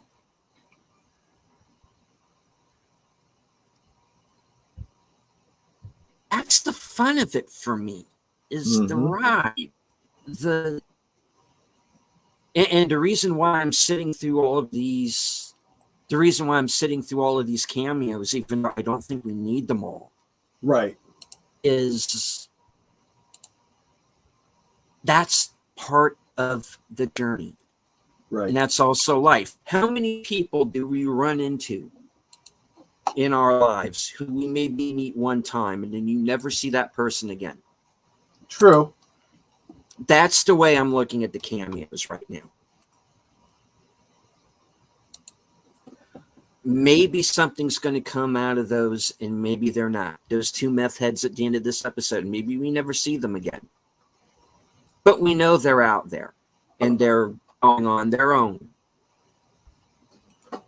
We know that they are residents of Twin Peaks that would stop into the Roadhouse, and you might see them at the, I don't know what grocery stores they have out there, Piggly Wiggly or whatever. I don't know. You know. But I am going to say, though, that I'll go with Cooper to Tibet instead of Annie. You know, this is the thing, though. You really do want your favorite characters to have happy endings, but some do, but most don't. And I think that Lynch is heading that direction with the realism here. I don't think I was off base when I said that Dale Cooper, the Dale Cooper we knew from seasons 1 and 2, was an idealized Boy Scout, right? He is the Reagan era idea of what an FBI agent would have been, right? You know, all full of, you know, love of country and so on and so forth. Patriotism and patriotism, right, exactly. And that was the early 90s. Now, at the time this show is taking place, that idealism is gone. And he is going through the motions like people kind of living on nostalgia. I think there's a lot of Lynch talking about, you know, in a meta way about nostalgia and you can't go home again and that sort of thing. So yeah, I think we'll get more of that as we go too. So, but yeah, Curtis says the devil's in the details. I think it's absolutely true. They'll get their own the show, devil to but get they out would of the now. details. Right. It's like, what's he doing in those details? Right. There's no business being there. But yeah, so actually, I think this was a little bit more of a straightforward episode than I thought it was. I think that even the oddest things, you know, when Shaggy's talking about you know, meeting the major and him floating up and whatnot and his head disappearing. With all the other stuff we know about the weirdness and the lodges and all that stuff, most of us are sitting here going, yeah, okay, that actually makes sense. You know, okay. But basically what we're getting at is what? He from Garland's point of view, he was he said he was hibernating, right? So he spent 25 years in the lodge or wherever he was, not aging, which of course is meaningful when you find his body and you realize, you know, his body hasn't aged, you know, since the 90s. We also know he did a little bit of time traveling for him to have been able to see the future to the point that he knew what his son was going to be doing, that he was going to be, let's face it, they haven't said it point on, but you get the distinct impression that Garland knew he was going to become a sheriff's deputy, that he would be serving with Hawk and Sheriff Truman. Although, as Betty said, she didn't know it was that Sheriff Truman. She thought it was the other Sheriff Truman. But either way, and this is why I say this has to have been, because, and he talks to Bobby about the dream he had. That had to have been him seeing the future or whatever it was. I don't think that was, and it could kind of be a retroactive, retcon or whatever you want to call it. He had planted that seed and didn't know what he was going to do with it till he got to this story, but it doesn't matter. I believe that at the time he was sitting with Bobby in the Double R Diner and telling him, his vision for him, he'd already seen all of this, which could also mean he saw his death coming. Oh, That's another thing to think about too.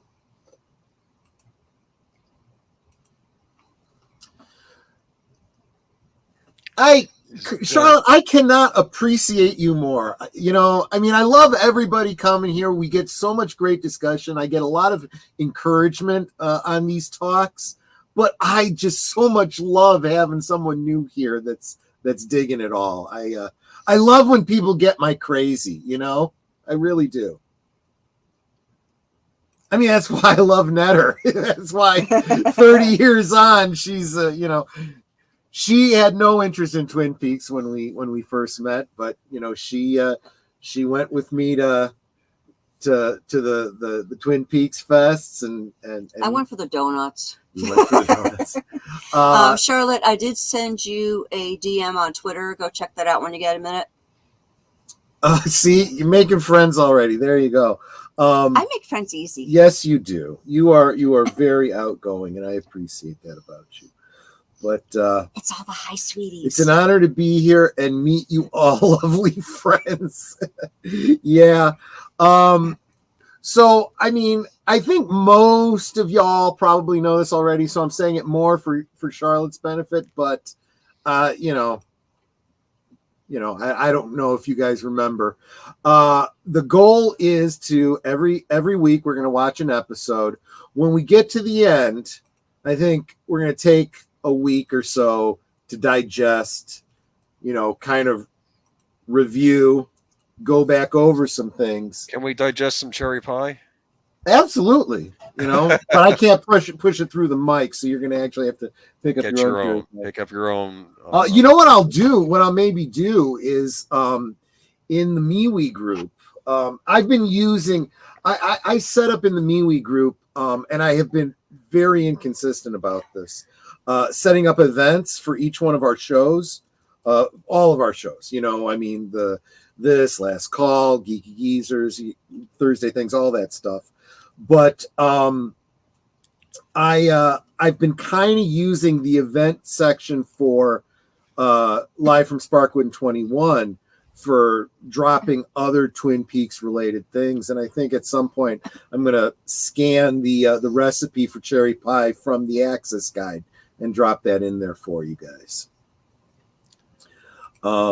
So remember when I said that Netter and I went to Tweed's, the Double R Diner and had cherry pie there, and that cherry pie was different than the cherry pie that David Lynch originally had when he went there. But we also had that cherry pie because the woman that made the pies back then made the pies for the festival. So we got to try both of them. But technically there is a third cherry pie, and that's the recipe that comes from the Access Guide. So, and I've had all three. So there you go. And coffee, don't forget the coffee. Yeah. We did a stream in between seasons where we did some fan films, and we showed the Japanese coffee commercials for, what was it, Arizona coffee or something like that? I still got one upstairs. Yeah, why don't you get it? Because I'll drink it. I'll share it.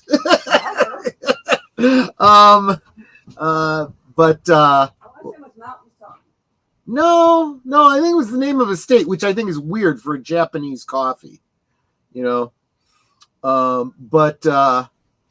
yeah. So after we get through watching each of the subsequent episodes, we will, take a week to digest. Georgia coffee. Georgia. classic original quality coffee. Yep. And there's some Asian lettering on the front. I think it might be Korean. No, it's Japanese. Is that Japanese? Yeah. Okay. I mean, I assume it's kanji, but it's a Japanese brand. It's good so stuff. It kind of is. Yes, Georgia. Yeah, it kind of tastes like cafe au lait, so coffee with milk. But then we will go into the secret history of Twin Peaks and the final dossier. I am working on adding some visuals to the audio so that we can kind of go through those the way we're going through these episodes on Cosme. And from there, we will start looking at some of the material, some of the other David Lynch projects that I feel are directly or indirectly related to Twin Peaks, things like Mulholland Drive, Inland Empire, and so forth. Georgia coffee. Troy, I thought you loved Irish coffee. Well, it's not Friday. I'll Irish up my coffee on Friday. Anyway. We do have some Baileys. Yes. Any other questions for me or any other thoughts about the episode? Otherwise, I'm done. I'm trying to think if there's anything we left out. It was Bobby had a big thing in this episode, right? There was a moment. You know, like I said, I felt like this was the payoff for that his dad telling him his dream for him. Yeah. You know, and I want to say that I feel like this is a little bit of an ontological paradox.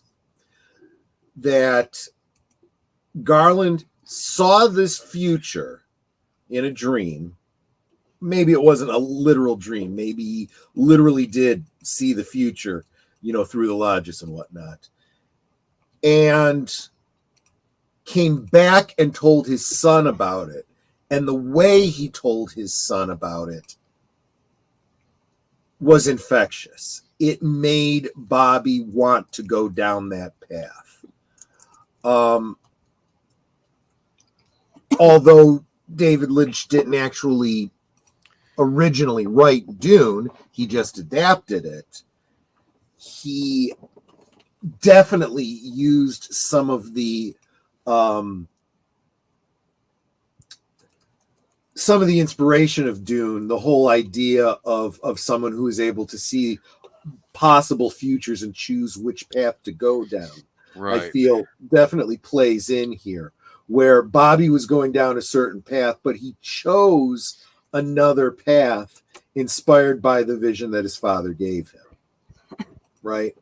So, and the reason I call it an ontological paradox is, how could he have seen that future if that future wasn't already going to happen, you know, and thereby change the manner in which the kid ends up growing up. But he does. He absolutely does. So, yeah, I think it becomes very clear that Twin Peaks is non-linear. And, you know, I'm just... not so much of a spoiler, but more of a teaser. We are going to visit previous points in the Twin Peaks story by the time we get to the end. And what that means, I'm still wrestling with. I don't know what it means. We'll figure it out when we get there. But, should be interesting. Yeah, but you know, Charlotte, don't worry. Just because we're wrapping up this episode doesn't mean we're done. We'll be back.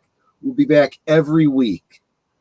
In fact, I may as well announce it now because it looks like it's definitely going to be happening. I've got a poll going over on my channel on the community tab. I am going to be starting a series like this, except instead of for Twin Peaks, it'll be for the British sci-fi series Blake 7. I've talked about it many times on my channel and on Geeky Geezers and whatnot. I love Blake 7. And I've asked people when would be a good time to do that. And I threw out the idea of doing it on Thursday, on Tuesdays after Live from Sparkwood 21. On Friday, afternoon, early evening before last call, or sometime Saturday afternoon. And right now, and I'm kind of leaning this way too, Tuesdays after this show is what it's starting to look like. So maybe in the next week or two, I might be asking Deleted Scenes if he'd be willing to forward people to my channel after this gets over with, and we'll set it together. And I still got to teach you how to do that, Boomer. I know. We'll get it done. Yeah. You can't. You're a boomer. We can't expect you to figure out how to do this stuff at the last minute when you're about to go on stream. I get it. Yes. So that's cool. That's the show then. Do you like Chad any more than you did before, Steven? No. I am not a Chad fan. I specifically remembered this episode with Chad eating in the conference room, and just it was just a very awkward moment. He's like, "No, you got to eat in the lunchroom." Basically, Sheriff Truman just saying, "Look, you can't be in here. You can't be eating your lunch in here." Well, I know, but no one's. You can't be eating your lunch in here. You have donuts and coffee in here. It's yeah. Are you eating donuts or coffee? Act like an adult. Exactly. Be responsible. Real quick, Charlotte says, she's responding to Nate, who said, "I want David Lynch to create some Twin Peaks spinoff." And Charlotte said, "I think he can still do it if he wanted to." Yes, his emphysema shouldn't stop him, but it may cause him to not want to. If he's not, here's the thing: does he want to continue doing more with Twin Peaks? If so, he'll probably find a way to do it. If not, this is probably enough of it. Here's another reason for me to not do it. Start the sleep process. Yeah, no problem, Enigma. Take care. Have a wonderful one. Tomorrowland to sleep. Okay.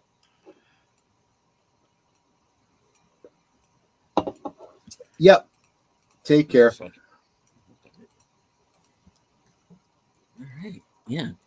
Well, final thoughts from me on this episode. This was definitely what I refer to as a shoe leather episode. It's getting certain characters from one place to another, following a clue of some sort. Yes. As Bobby Hawk and the sheriff did, as the cops did, getting to Ike. Right. Yeah, it's one of those episodes. You're getting characters from one place to another, and along the way they learn something important. I call that a shoe leather episode. Yeah. And so it's one of those episodes that will seem like filler at first, but a week or two down the line you'll go, so that's what that was about. Yeah. Yep. Yeah. No, I see, like I was saying to Charlotte, the same thing I'm going to say to you. I said it to you before. I'm loving experiencing it as if it's new again, vicariously through you. That's really cool. And watch me be totally wrong. But I don't think it's hard to be certain if you are right or Yes. Chad is going down. Yes. I will do it. I want to know what he was eating, though. It looked not that appetizing to me, but I don't know. It was like it kind of looked like one of those Salisbury steak and mashed potato dinners. Yeah. which can be good depending on where you get them from. And he had some kind of soup with him too, didn't he? It was probably fish, knowing him. Yeah, probably really bad smelling fish because they had to open up the window after. Did you notice that? Yeah. Or he passed gas. Well, there's that possibility too. Yeah. I love Twin Peaks because how many theories to make of it every time. Yeah, we get something out of it every single time. Same with other David Lynch works. And like I said, we'll probably be looking at, I mean, we may start really branching out after Mulholland Drive and Inland Empire. I had suggested looking at Wild at Heart. Oh yeah. Even Eraserhead. I mean, they all have elements in them that I want to point to that show symbolic themes that play out over and over again through Lynch's work, which can help you focus on things you're seeing in Twin Peaks. Mm-hmm. Lost Highway, Blue Velvet. Yes, want to do Lost Highway. Yeah, definitely. Yeah, and Blue Velvet. Yeah, why didn't I mention that earlier? That one just it's almost like a prequel to Twin Peaks in many ways. I mean, it's almost like Dale and Diane in another life, you know? Yeah. Indeed.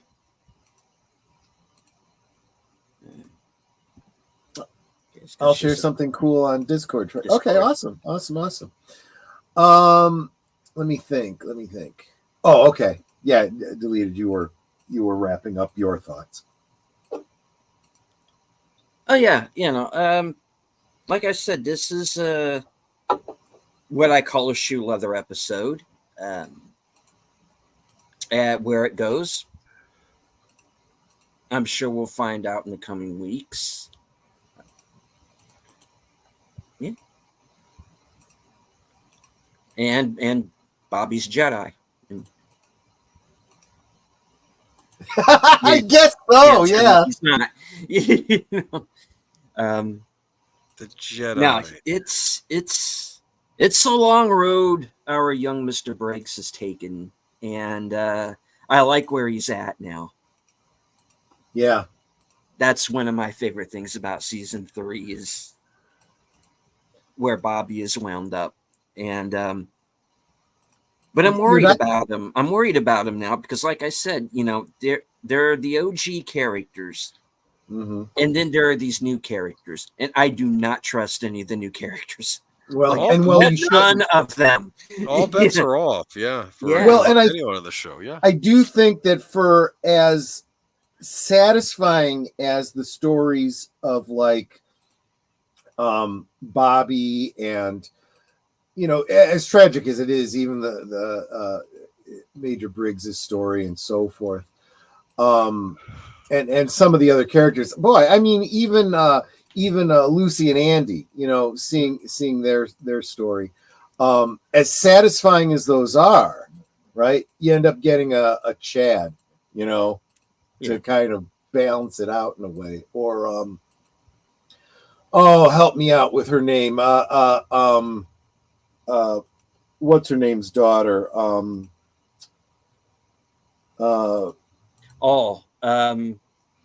Rebecca. Right, Rebecca. And is that it, or was she just in that one episode, or will we be? No. We also haven't seen Alicia Witt's coming back too. Yeah, she's got a reprise. She's an Al pal. Yes, that's she right. is. She is totally an Al pal. She is an Al pal. Al's going to be around going, she's my Al pal. Yeah, she is. Yeah. And she's also currently in the movie Long Legs, and she is creepy AF in that movie too. So, yeah, when or if you've seen it, yeah. I don't want to give anything away, but not. Just remember, the real main character of Twin Peaks is Flappy. That's right. Well, yes, and I think we should Yes. Feature Flappy, a little bit more Flappy is the man. Would All that be hail the bird? Flappy. Flappy is the Hashtag bird. justice for Flappy. Justice for Flappy. Justice There'll for never be Flappy. justice. for Flappy. Tragic story. So sorry, Flappy.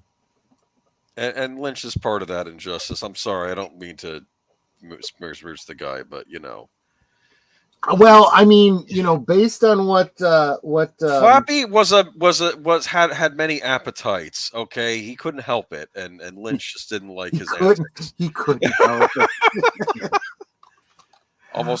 Almost got him fired from the show, and then he gets it back. But no, I think you're right about David Lynch's role in it because I think that Billy Ray Cyrus said that the worst thing he ever did was get into Hollywood and get into that role in Mulholland Drive. It kind of messed up his family and whatnot. So Well, I think, but then again, it's interesting because Mulholland Drive was very much addressing exactly that. It's not a pro Hollywood movie in the slightest. No, it is not. No, not at all. Not at all.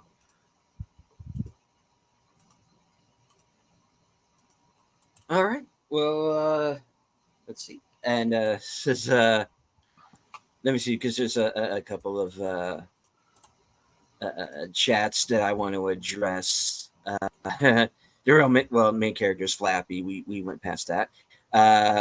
Trust everybody except Tammy. I trust Tammy. Thanks, Nate. And to which Charlotte replies, not Diane. I got to tell you, and I've brought this up on earlier episodes back when we were doing season 1. This show started when I was in high school. And, being in high school and being at that age and being that guy, and then here's a television show that puts like Sherilyn Fenn and Machen Amick and Laura Flynn Boyle and Joan Chen in front of me, and I'm watching this, and not just for the mystery. So yeah, I can understand that. Justice for Flappy, indeed. That we start that hashtag now, Justice for Flappy. Yeah, he was done dirty. He was. All right. One time around the horn. Boomer, what do you have coming up? I'll be on Friday stream with Troy, Friday Night Last Call, and then Sunday I'll be on Geeky Geezers, my show, where we'll be discussing a new Sonic the Hedgehog movie that was announced that finally had the trailer release, among other things. Nice. All right. Netter. Well, let's see. Today is Tuesday, so next coming up for me will be Thursday. So over on Thursday things, my special guest will be the tired midnight blogger himself, Curtis Selby. And then let's see. Is that true, Curtis Selby, or is that just a vicious rumor? It's the truth, Curtis Selby. I am confirmed. Okay. And then over on Saturday for Retro Cinema, also on my channel, we'll be watching Drop Dead Fred. Drop Dead Fred. Love me some Phoebe Cates. Yes. Yeah, I always like Phoebe Cates. Yep. So does Gibbs. Yes. Yes, she aside does. for that, See, you knew what I was quoting. Yeah. of course, I'm also co-hosting on Friday Night Last Call on Friday, Monday night at the movies. Is it what's called Monday Night at the Movies? Last Call's Monday Night at the Movies. Last Call Monday Night at the Movies with that guy. Yeah. Because, we kind of live together. So, Yeah, I'm trying. When I grow up, I want to be deleted scenes. So I'm trying to do more and more streams. Let's see. And then, of course, back here again next Tuesday for another exciting episode of Twin Peaks. Yep. I think that's it. Troy. Yeah. So, like everyone said, the Thursday things on There's Network. Friday, yes, Age Boomer and Netter and myself. don't normally do this, but I'm going to get a little political, and I'm going to talk about the upcoming presidential election and the crazy stuff that's been going on. And these are unprecedented times. They really are. I think, my theory was that, the crazy conspiracy people that said that when they fired up CERN, and they ripped a hole in the universe and we're living in some Mandela world or something like that. It's seeming less and less crazy the more I think about it. So, I will drink. You guys can enjoy how goofy I get the more I drink, and I will find a way to make politics, if not fun, at least interesting. Well, you always make politics interesting, honey. Well, you got to live with me, so you've had to find a way for it to find it interesting. But again, that's not the usual topic of a Friday. But I just felt like it was time that I get some stuff off my chest, Yeah. So that's Friday. Saturday, the movie with Netter. Of course, the Sunday, the Geeky Geezers with that Geeky Geezer guy over there. Monday, as she mentioned, Monday night at the movies, 8 Central, 9 Eastern. We will be based on a conversation on another stream. I think that for Labor Day, the double feature will be Cliffhanger and The Last Action Hero, both from the same year, 2 very, very different action films. And didn't you say you wanted in on that deleted scenes? Oh, sure, I'm down. Okay, great. I love those movies.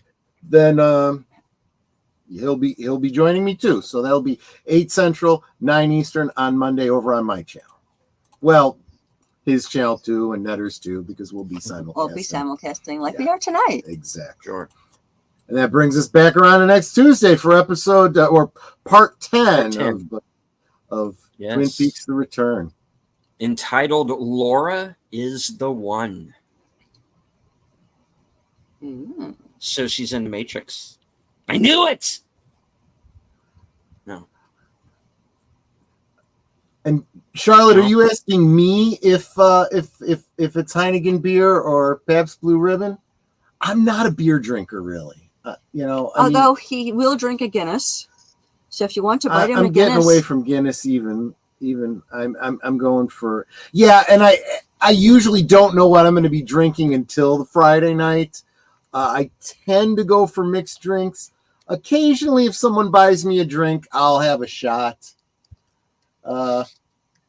it's like you can buy him what? Oh, everyone! She's asking everyone what kind of beer they drink. Oh, or what they like for to me, drink. Sapporo or Tsingtao Tsingtao, yeah. or Sapporo. It's the difference of whether late- you like Chinese or Japanese beers.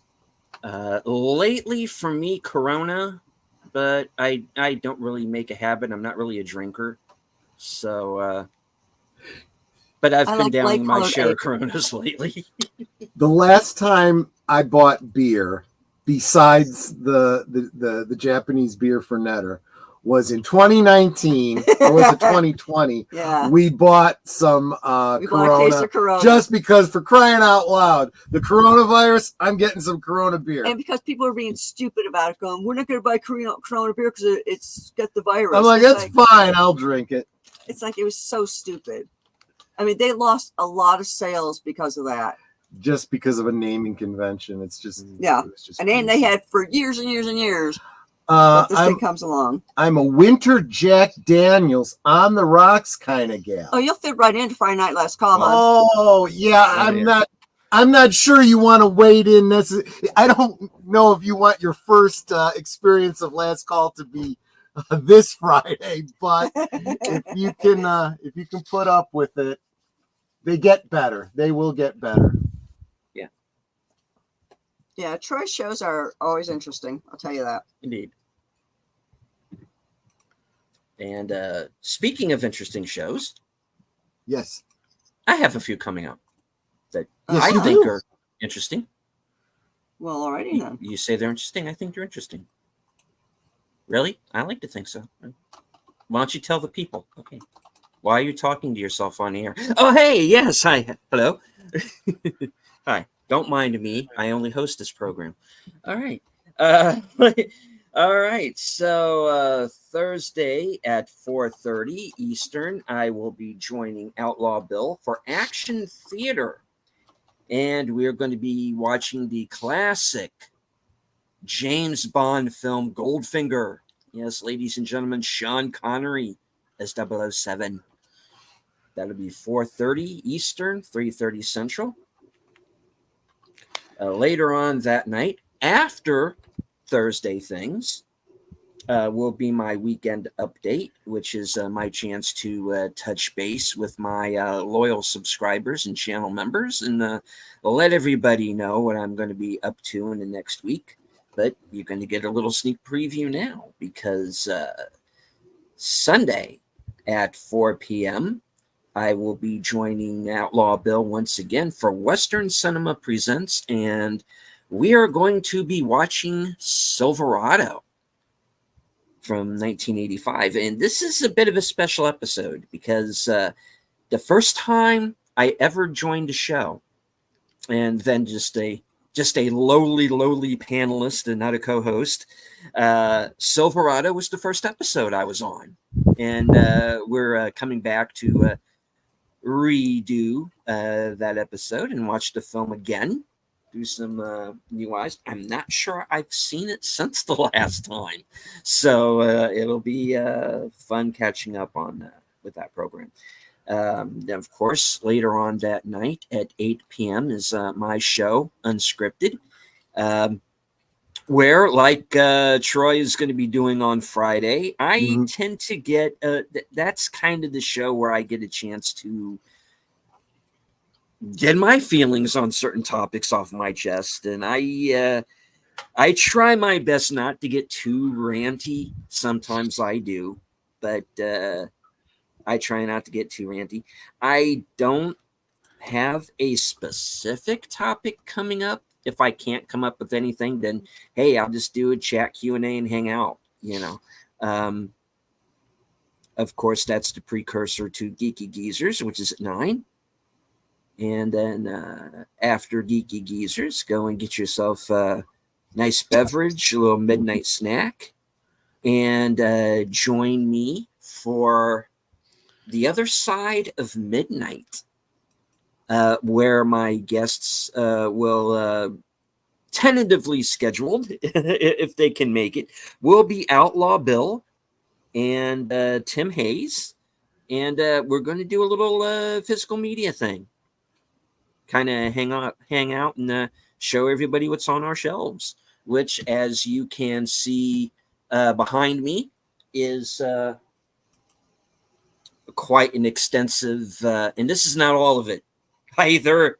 There's more, and whenever Netter has turned her camera on, you know, you can see she and Troy have quite a collection as well. So we've got like 10 times the amount. We have over 1,000 movies. Oh, I'm sure I have probably somewhere near that. I know I am somewhere in the 3-digit range for sure. That's one thing I need to do, is kind of sit down and count everything between DVD and Blu-ray and whatnot, 4K. I still have some VHS left from back in the day. So yeah, there's plenty to go around. And Mystery Movie Night, which is a show that I do with Sin's Corner and Off the Cover. We're going to be doing that on a special night because no, wait, that's not this week. That's next week. All right, the Tuesday after next will be Mystery Movie Night. So I'll be talking about this again next week. Will be so that would be on the 10th. Will be Mystery Movie Night. And I forgot. This Friday, I am joined. You see, I am on so many shows, I'm starting to forget when they are. kind of sad, actually. I forgot this Friday at 8 p.m. over on Big Al Presents on his channel, Films with Friends. And we are going to be watching the Oscar-nominated martial arts classic Hero, starring Jet Li and Donnie Yen. So check this out there.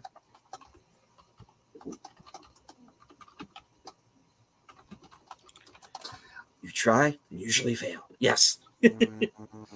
There shall be much failure. All right. Well, that's the show for this evening, folks. I'd like to thank everybody who joined us on Twitter. I can't see you, but I know that you're there.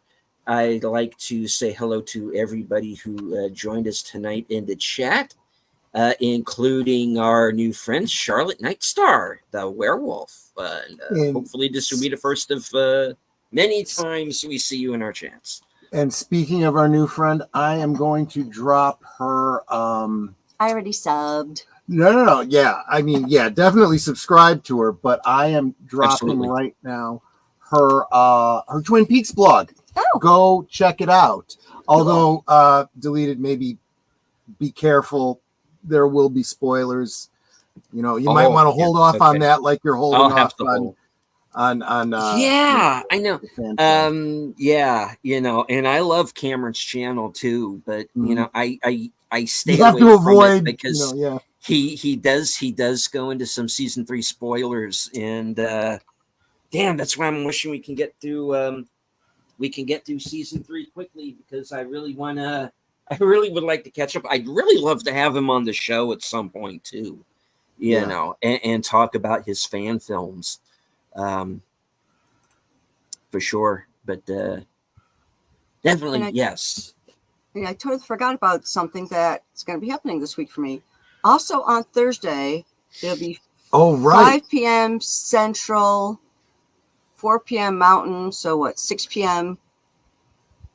What's the other one? Eastern. I will be on Maria with T and Telly's channel with Cameron Pasha. And we're going to be doing part 2 of Marilyn Monroe. Wow. So make sure you come to Maria with T and Telly's channel on Thursday, 5 p.m. Central. Mm-hmm. Yes, Obnoxious and Anonymous, Cameron, yes. And check out the episode of Thursday Things where Netter interviews Cameron. Yes.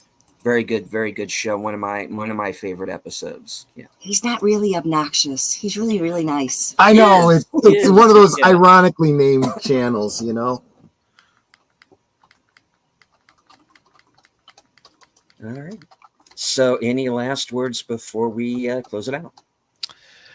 I just want to give you a little heads up. I've been reading Goldfinger, and I've learned that Odd Job, Goldfinger's henchman, his favorite food is cats. He eats cats. Oh my gosh! Yes, that's how evil these people are, and these Bond villains are. Oddly, not in the film. No, maybe it's a cut scene that they decided not to put in. Okay.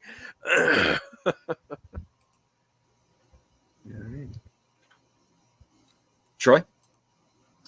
I just want to thank everybody. You know, I like you were saying, I'm just fired up that we got someone new that gets our crazy. Welcome, Charlotte. So glad you're here. Great name too. You know, I was mentioning Charlotte Stewart, who played Betty Briggs. Netter and I, you know, met her a number of times, and she's just so wonderful. What a great namesake.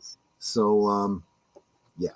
So thank you for joining us. Thanks everybody for joining us. Thank you, of course, to PJ from Orville Nation for the $5 contribution. You are, you know, I call you my business manager, but you know, you keep sending me money too. So, you know, like, I don't know. Is that your allowance? It's like my allowance. Yeah, exactly. So, so thank you so much. And, you know, Stephen, thanks for letting me twist your arm to put this, this weekly stream together. I'm loving it so much.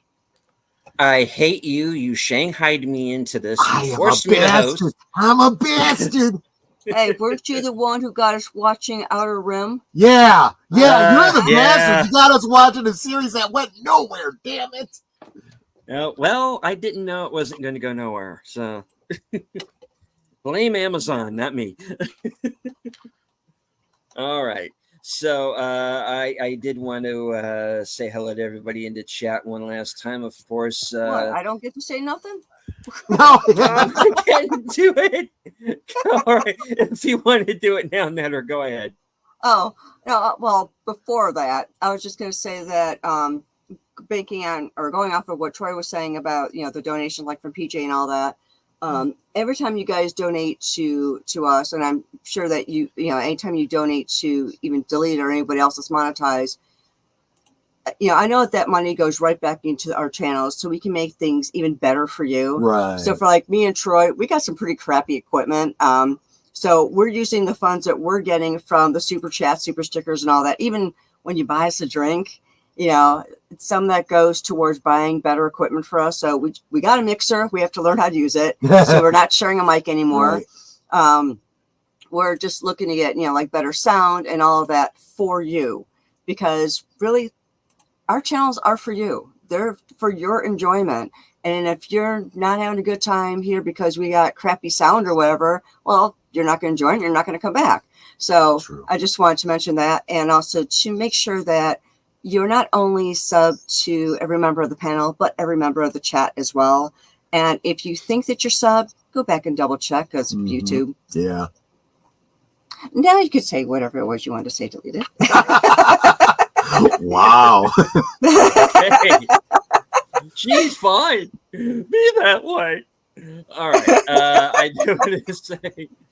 I do want to say hello to everybody who's in the chat once again, including Curtis, Nate, Charlotte, of course, Connie, Lady Miss, JPRPH1.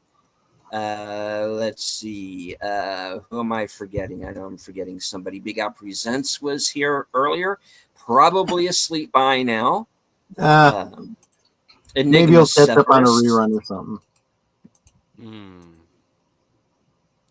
Right. And scrolling, keeping buggies rolling. Right. All right. FKHC 2005, sometimes known as Tim. And that's everyone I see in the chat. If I forgot anyone, I apologize. All right. Netter, would you like to go out with your closer? Sure, I will do that for you. Well, y'all know what I always say. And I want to stress that I don't say this just to say this. When I say this, I mean it. I mean, I realize it's pretty much the same outro every time, but I'm not just saying it by rote just to say it. I mean what I say. We can talk amongst ourselves, and that's all well, good and fun. But it is so much more fun when you guys are joining us in the chat and you're dropping your comments, questions, trivia, being goofy, whatever it may be. And it doesn't feel like we're separated by miles or continents in some cases. It feels like we're all hanging out in the same room, enjoying each other's company and having a great time. And you guys, you're not just our friends. You are our family. We love you guys, and we appreciate you so very much. And like Curtis says, you're Osmo. You could be anywhere right now, and you're here. That's so encouraging. I love seeing you guys in each of our streams and each of the chats.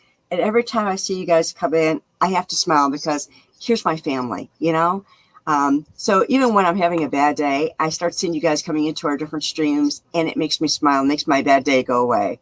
So thank you for being here. Thank you for being a part of our family. And until next time, which will be Thursday over on my channel for Thursday Things, good night and God bless. All right. And once again, thank you all very much for joining us. Thank you to my fellow hosts. And once again, remember to keep a good thought for our fallen brother warrior. Bird of Prey 5. This show was dedicated to him. And as I always say in closing, from HQ and all points north, south, east, west, and beyond, good night, take care, stay strong, be safe, don't be a Chad, Yeah. because this is how we win.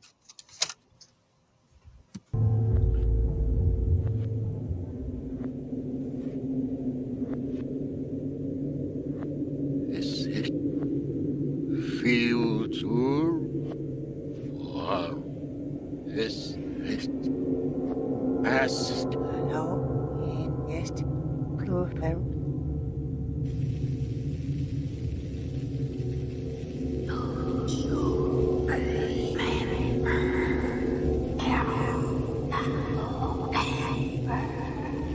Ha ha ha ha!